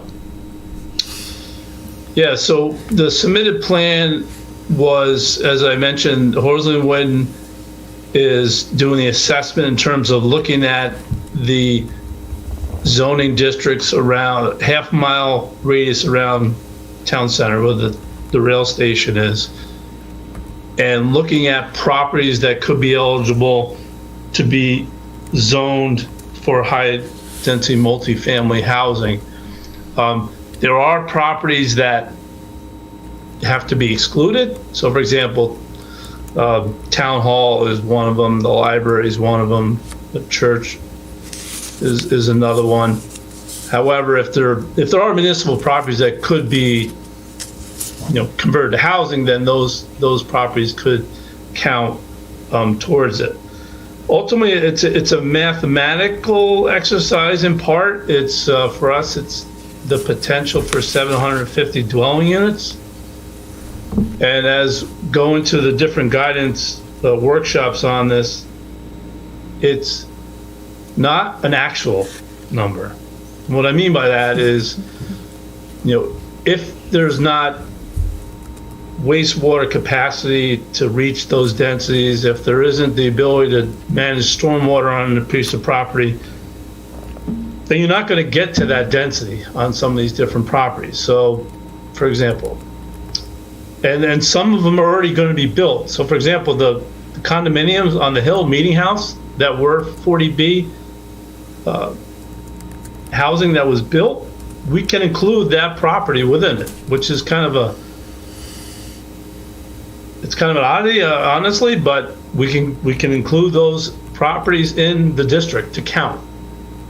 Likewise, with the other 40B developments that are in the center of town, we can include some of those as well, which is kind of I get it in one sense, but I think it's a little bit hard for people to grasp. But as we go through, we'll talk about that even more. And then there is another provision for us where we can have 20 acres of the 50 that we need to meet that can be outside the center of town, outside the half-mile radius of the commuter rail station. So again, that's something that, again, the consultant's going to take a look at to see what options that may be considered for us. And that's really what's going to be going on till the end of June of this year. That's when this grant technical assistance work is going on. And the plan is to take that information under advisement, and then we'll probably start to have more discussions on it after the summer again. The planning board will hold public meetings and we'll discuss it, whether it makes sense to move it forward or not. Another component to it is inclusionary bylaw. You can't require greater than 10% of the housing to count, higher than 10% of your inclusionary bylaw. With the exception that if you do go above 10%, the burden is on a municipality to prove that numbers higher than 10% would not essentially negate the ability to produce housing. So for example, some towns, and we are one of them, where we have a rounding component, they would view that as not compliant with the statute. Where we have right now a scaling up, where we go from 6 to 12 units at 10% and then 15 up to 20%, those numbers, those would be above what the guidance document states. Now, there is one of the things that we are evaluating is that we may be able to have a tiered inclusionary bylaw. So those areas, if the town chooses to have them zoned for housing choice, would have to comply with the 10%. The rest of the town, in terms of the inclusionary bylaw, may remain as is. So those are the kind of things that we need to do a little bit more work on and get opinion on to see if those options are available. But that was at least the initial thought, that we might have that available, not just us, but other cities and towns, as a way to try to address the issue. Got it. Thank you. Yep. Any questions? I've got a couple, but I'll do them offline with Rich during the day. I just need a little bit more background information. We won't defer this for this evening. Thanks, Rich. Okay, welcome. Thank you. All right, is this an action item? No, it was just an update. Just an update? Yep. All right, excellent. And so that moves us on to discussion and presentation of preliminary budget. Great. So tonight we'll give you a PowerPoint presentation of the preliminary fiscal year 24 budget. Myself and the finance director, Todd Lidmark, will do the presentation. Whatever the board prefers, whether you want us to run through it and ask questions after, or if you want to ask us questions as it goes, whatever the board prefers, we will do. I do want to emphasize this is the fiscal year 24 preliminary. This is the preliminary municipal budget.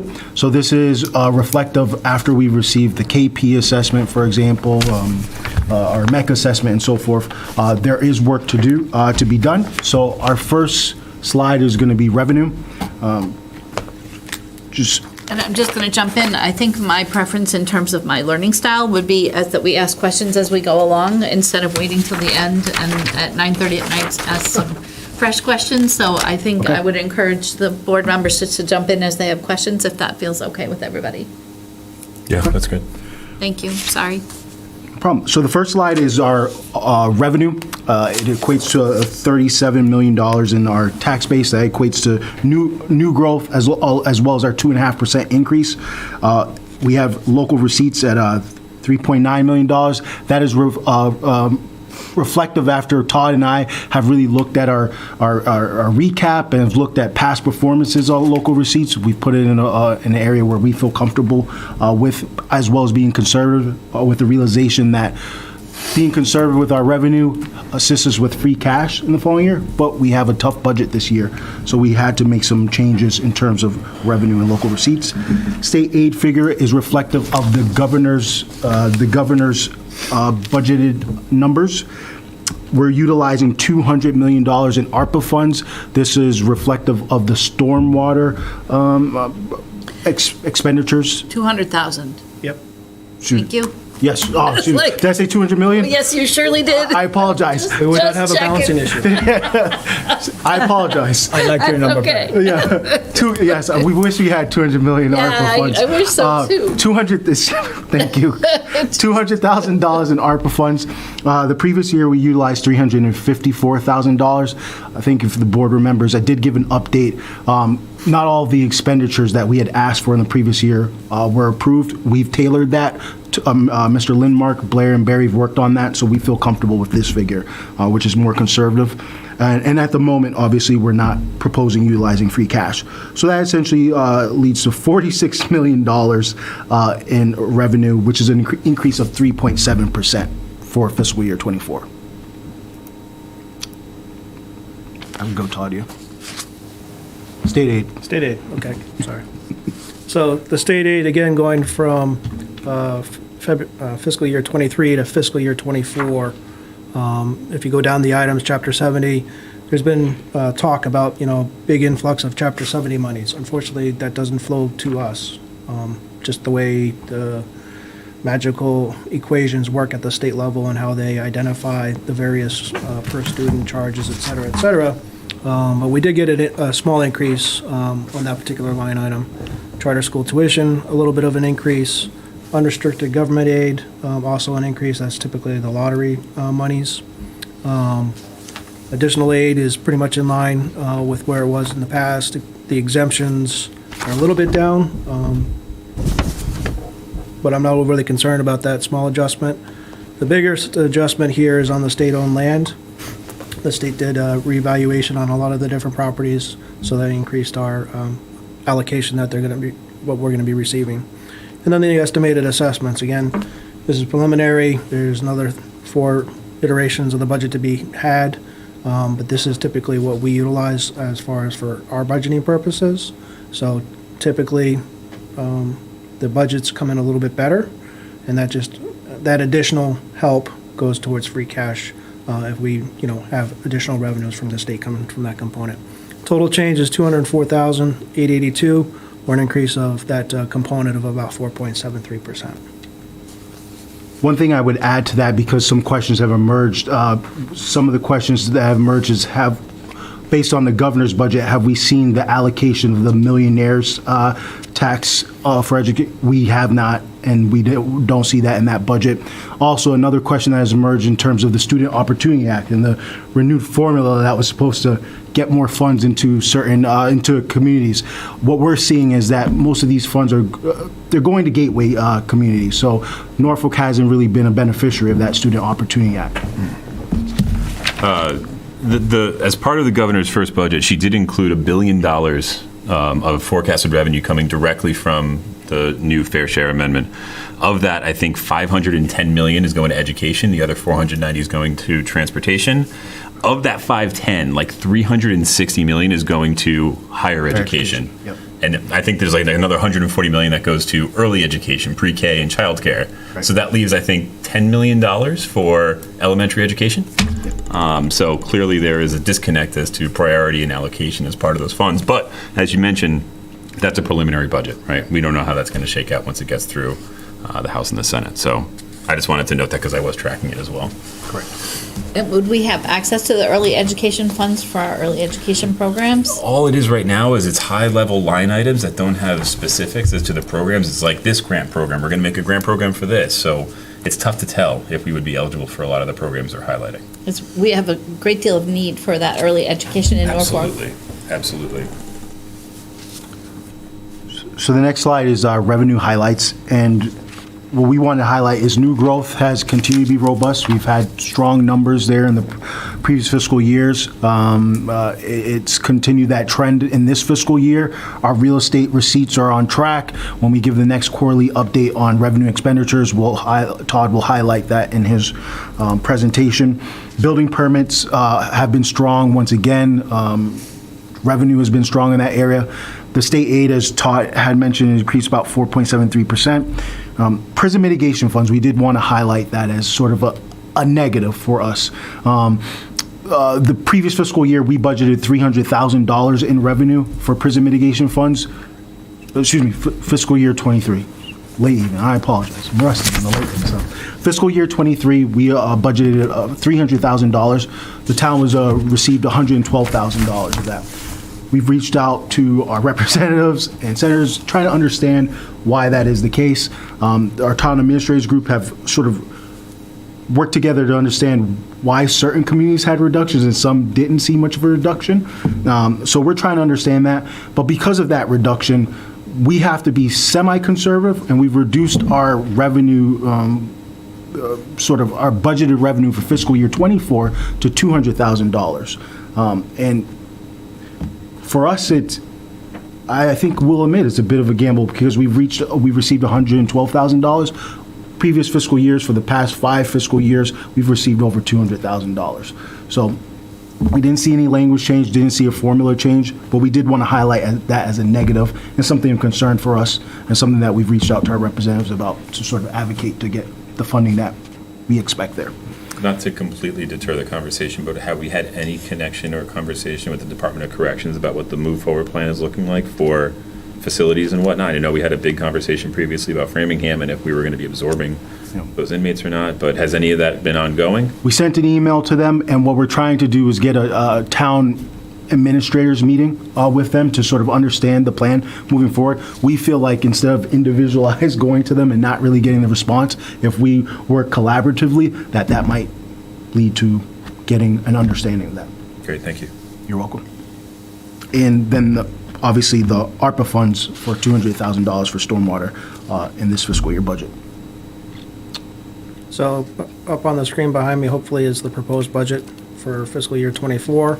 Like magic. Figured as much. Yeah, it's just like magic. My eyes behind me don't work, Yeah. so I'm just taking a gamble. This is broken down by function, and typically at the town meeting, the actual budget does get voted in by function. Previously, it was done via almost line item, salaries and expenses for the various departments and within each of the departments, but this gives us a little bit more flexibility throughout the years to make some transfers if we need to. So again, looking at FY '23, the total all-in was $47,131,000. That included the exempt debt. Some of the highlight items included on here, education component right now, 7.31. That includes the 11.183, according to Jim Lehan, I think, gave me that number for the increase for KP assessment. Are you looking for? So we have a large assessment for KP that's incorporated into here. The other big category that's hitting us is in employee benefits insurance, and composed in that is 10.5% increase for health insurance and 11.36% increase on our retirement contribution, which is a little over $3 million. Adding those components in there takes a big hit for us. The other items are pretty much, on track where they kind of need to be. We did, as part of this process, and it's an ongoing process. So yesterday, I've reached out back to all the department heads on the town side and asked them to go back into ClearGov, identify any line items that they absolutely have to have and absolutely can maybe give up. They're going through that process now. Some of the departments have already gotten back to me with some additional give back, so we're going to be incorporating that as we go along. Right now, the all-in increased budget, including the exempt debt, and, we did have some monies coming off the exempt debt because as you pay down your debt, the amount that you have to pay next year goes down. So we had 173,947 decrease there, or 6.77% reduction in exempt debt. Our total budget, again, increase from year over year of last year, 2.7 million, what translates to about 5.76. On the last page of this presentation, I'll give you all the different budgets each year and the increases. On average, we're looking at about 4.68. So we are trending higher than we have historically. And we know that we have to bring this budget a little bit down in order to really fine tune it and get it to come home, shall I say. Any questions on particular departments or? I have a couple, but I'll defer to the rest of the board first. Yep.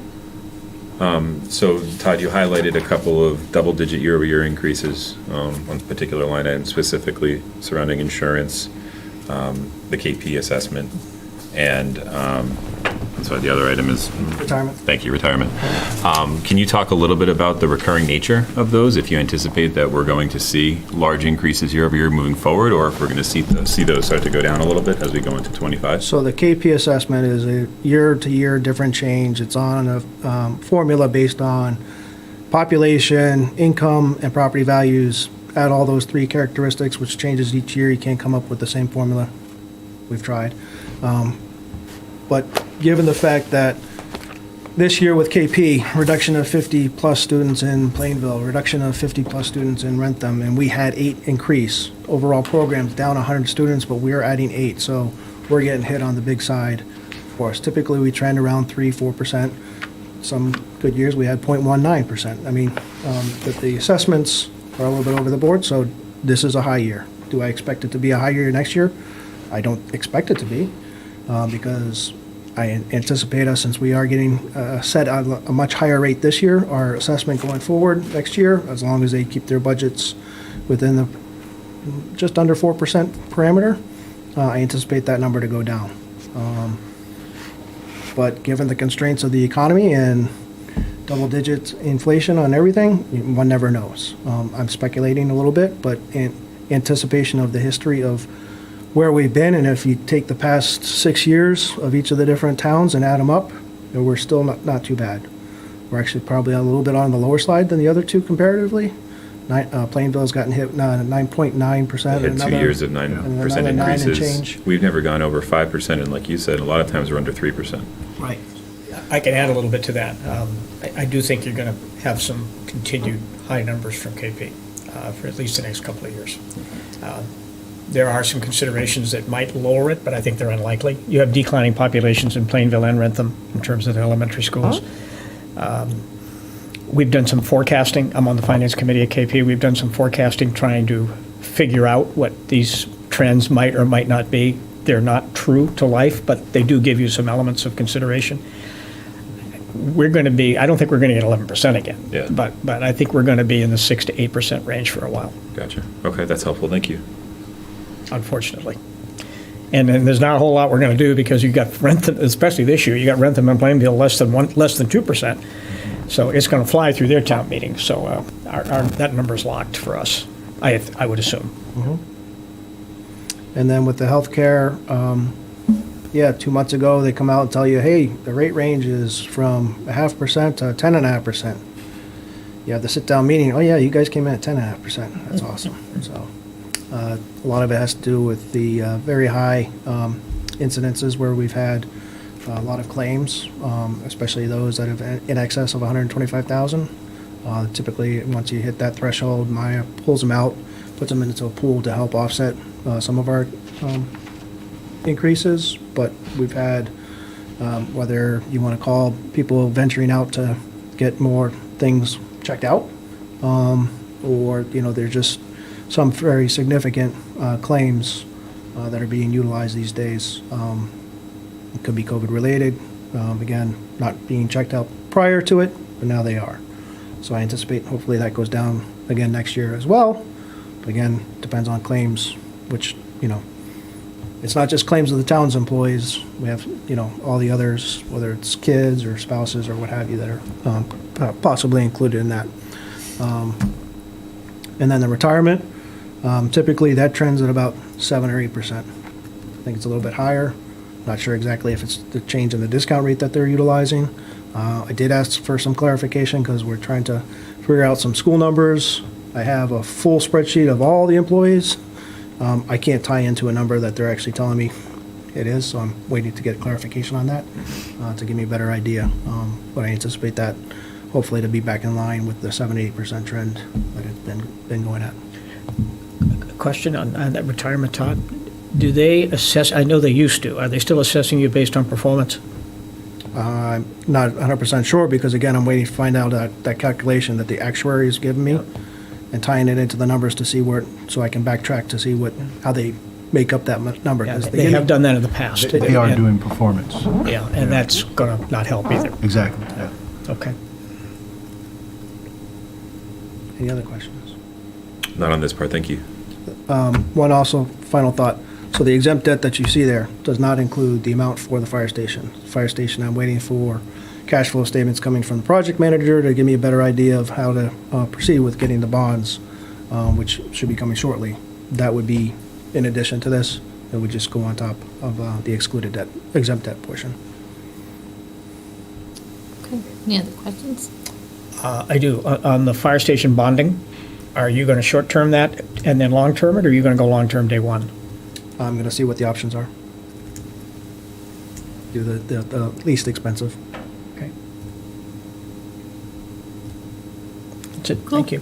So the next slide, we sort of touched based on it, so I'll kind of be brief, but I do want to highlight a few things here. I have sort of classified this, and this was part of Kevin's question, is do we see some of these issues still emerging in the following budgets? And I would say that this year, I'm going to utilize the term perfect storm, because as we said, pretty much everything has been at the higher end, but there are some things that particularly that I think is important to understand.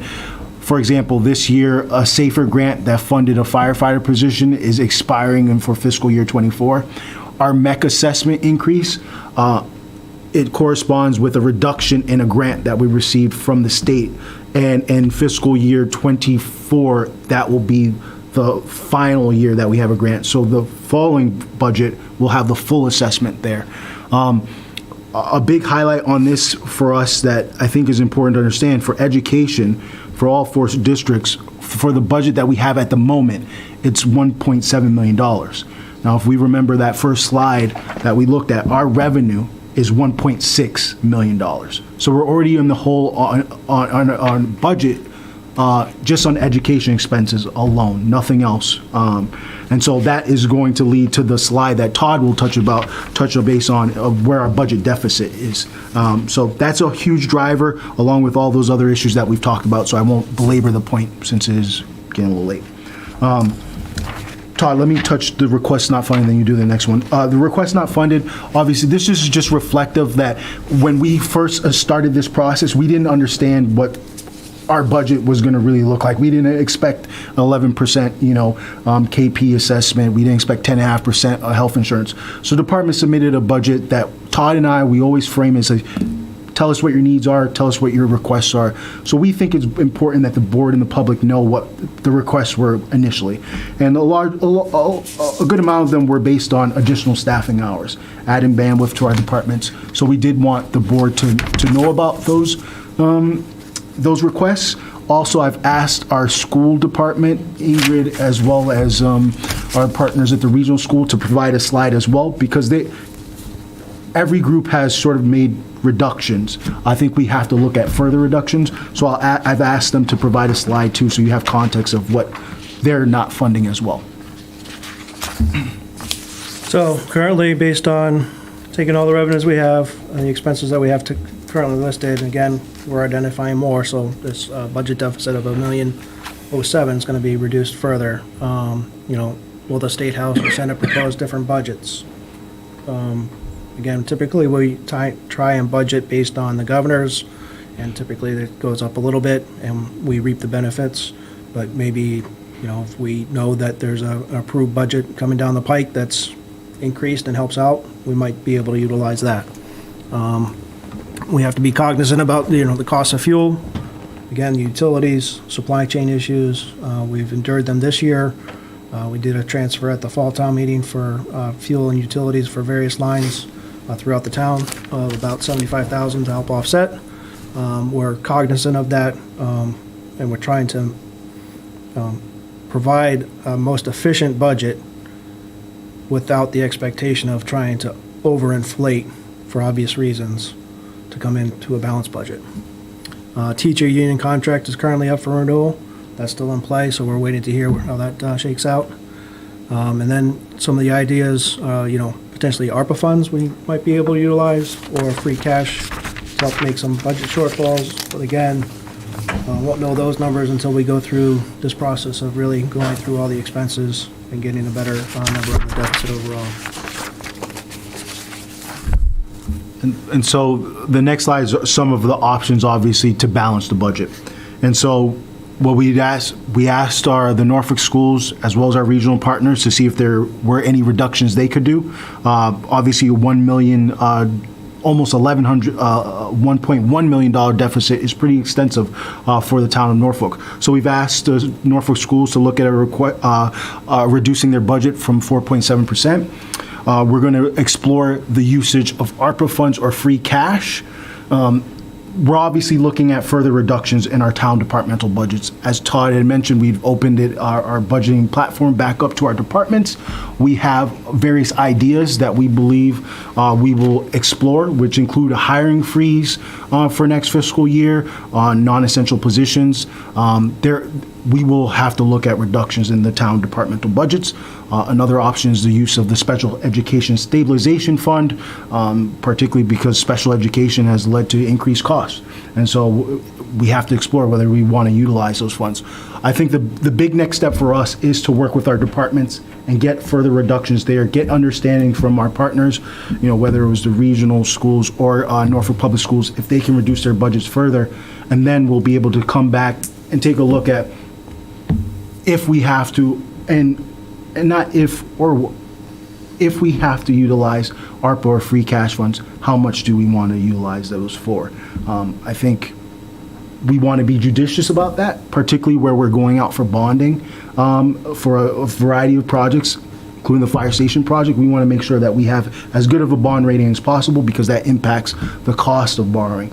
So we want to be judicious about that. I think for us, we have to sharpen our pencils, tighten up our belts, and that's what we're in the process of doing now, to give you another budget submission in the next couple of weeks.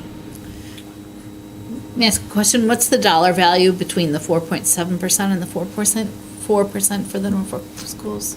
Ingrid has to ask her budget manager for that exact figure. I assumed it was 70 to 90 in that range. She didn't have the figure for me, but that's what I was assuming it would be.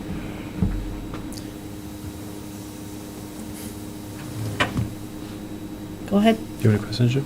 I'm sorry? Do you have any questions? Nope. No, we spent some time going through this today, so no, I'm good. I went through it yesterday too, but go ahead. I have two questions. The first is in relation to the Special Education Stabilization Fund. I should remember this because we just passed it, not, two years ago. So I might give you some more information that might dissuade you from asking the question. So Ingrid called me today regarding the Special Education Fund. She removed a component out of the budget that she currently has at the 4.7% of about $140,000 for special education, and anticipating the one family was not going to be within the district. They were going to potentially be moving on, my understanding. However, they're not 100% sure whether this person is still going to be doing that. So she may have to utilize a special education fund of about $140,000. And how much is in the Special Education? $250,000 was transferred into there. The Special Education Fund is directed by the Select Board and the School Committee. It is for unanticipated and unforeseen special education costs that arise throughout the year. Sounds like my question is a moot point then. Typically, you would utilize it in order not to avoid necessarily going to a town meeting for the appropriation. Again, it would have to be appropriated from the two committees and approved in order to be utilized. But the thought process here, prior to the conversation today, was potentially having that, because again, with the additional monies from KP requirement, which also includes a component of special education, but also for the Norfolk side, their thought process was, because, again, Ingrid did ask me a while back whether we could really utilize this, and I said, well, unfortunately, we're really preparing a budget, so it's not unforeseen, it's not unexpected. Right. But I can make an argument that we didn't foresee these huge increases and potentially have that as an option. But we're curtailed even further. So Got when it. we say perfect storm, we kind of mean perfect storm. My second question was the current balance of free cash. $1.2 million. So as it stands today, we're currently under the recommended 5% threshold without going into the So next. that's free cash. You talk about the stabilization fund. Yeah. Okay, so that's 1.3, I think. Off the top of my head, I didn't look that number up. Okay. In the process, what I would typically do. I think stabilization's closer to 2. Yeah. Am I using From the the wrong sheet that number? we have, yeah, from the sheet we have, 1.9. Okay, sorry. No, it's okay.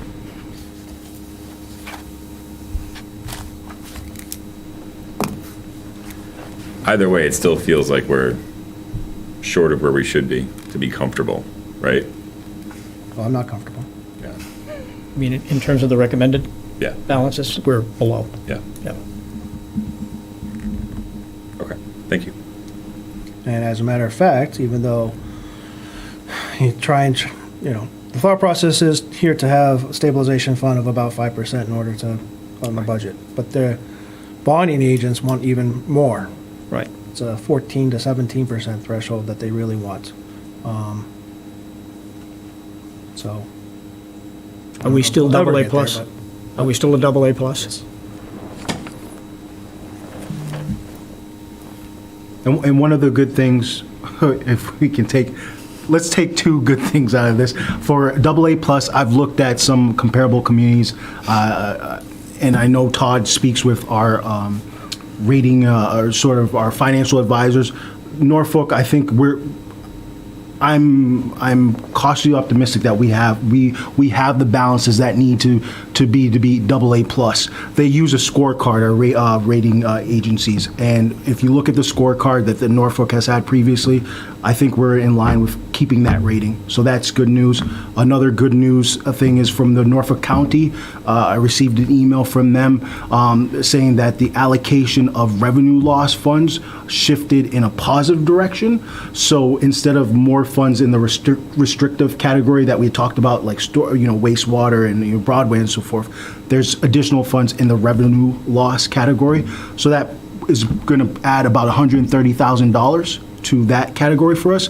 And the board is where we kept a contingency in ARPA, about $180,000. So essentially, we've got $310,000 in ARPA funds with that as well. So I think with reductions in our town departmental budgets, and schools can reduce their budgets as well, Todd and I think along with our departments, we feel comfortable that we can balance this budget responsibly. So it's a big number, but I think we can navigate it. Well, given the preliminary nature, I don't think I'm necessarily ready to escalate to DEFCON 5 just yet, but Yeah. I would anticipate that if you do see us trending there, you'll be more than open to letting us know so that we could align on the remediation. Initially, Todd and I probably hit DEFCON 4 initially, and I think Todd probably is still there. Hit I've come DEFCON down. 6. Yeah. I've come down a little bit, so we'll work through it. Okay. Okay. I'm good. Thanks. Thanks, Todd. Thank you, Todd. Thanks, Todd. Yep. Thank you, thank you, thank you. And Commerce Road update. I'm sorry, I'm being a little bit, I just thought there was a second dog hearing for a moment, but now I see that it's general updates. Yes. Thank you, Todd. I'll be very quick here. I do want to highlight our library reopened last week. There was great turnout. I was excited. I went for the opening day, and Sarah said there was a lot of people were excited to be back in there. So I do want to commend, our building team, Matt Hafner in particular, Sarah, our library director, and the team there at the library, because even though it was closed physically to the public, people were still getting services. Yes. And there were a lot of happy faces when I visited to see it reopen, and it looks fantastic. So urge people to go visit the library. They want to see you there. I do want to highlight another good news thing here. For the town recently received some great news in terms of our fire station project. The town had sort of reached an agreement with Eversource about a mass save sort of component. So the town initially had an agreement, and this is based on projected performance of the building. So these are estimates, but we had reached an agreement based on an old sort of zero net energy program, and that was going to net the town about $100,000 if things performed as well as they could. So we've been meeting with Eversource. They have a new program that essentially doubled the incentives, and they've been very reluctant about giving people who've signed on a previous agreement to the new agreement. So like, you've already bit the apple, you can't bite it again. So I submitted a letter on behalf of the town. We met with them, and they did agree to allow us to get into the new incentive program, and that essentially is about $107,000 increase for the town, doubling the incentive that we had. So that's great news for that project, assuming that everything performs as it does. So that's, we wanted the public to know that. So I commend our teams, and I thank Eversource as well for being willing to partner with the town and allow us to do that, because they are not doing that for every community. So they believe in this project, and they believe in us. Nicely done. Yeah. Thank you. You're welcome. It's late. I think that's it for me. Do you have any updates? Not tonight. Any updates? No updates. I do have some things that I want to talk about, but I think in the interest of time, they're more procedural. I'll talk with Justin, and he in turn can share the thoughts with you too, and we'll go from there. And my only update is that when I was a little girl, we always watched for robins as the sign of spring. But when we moved to Norfolk, I have a vernal pool behind the house, so peepers are absolutely my Norfolk sign of spring. And guess what? My husband sent me a video of their peepers today. So today is our first day of peepers, at least in my neighborhood. Very exciting. Spring is here. That's great. I hope you're right. Yes.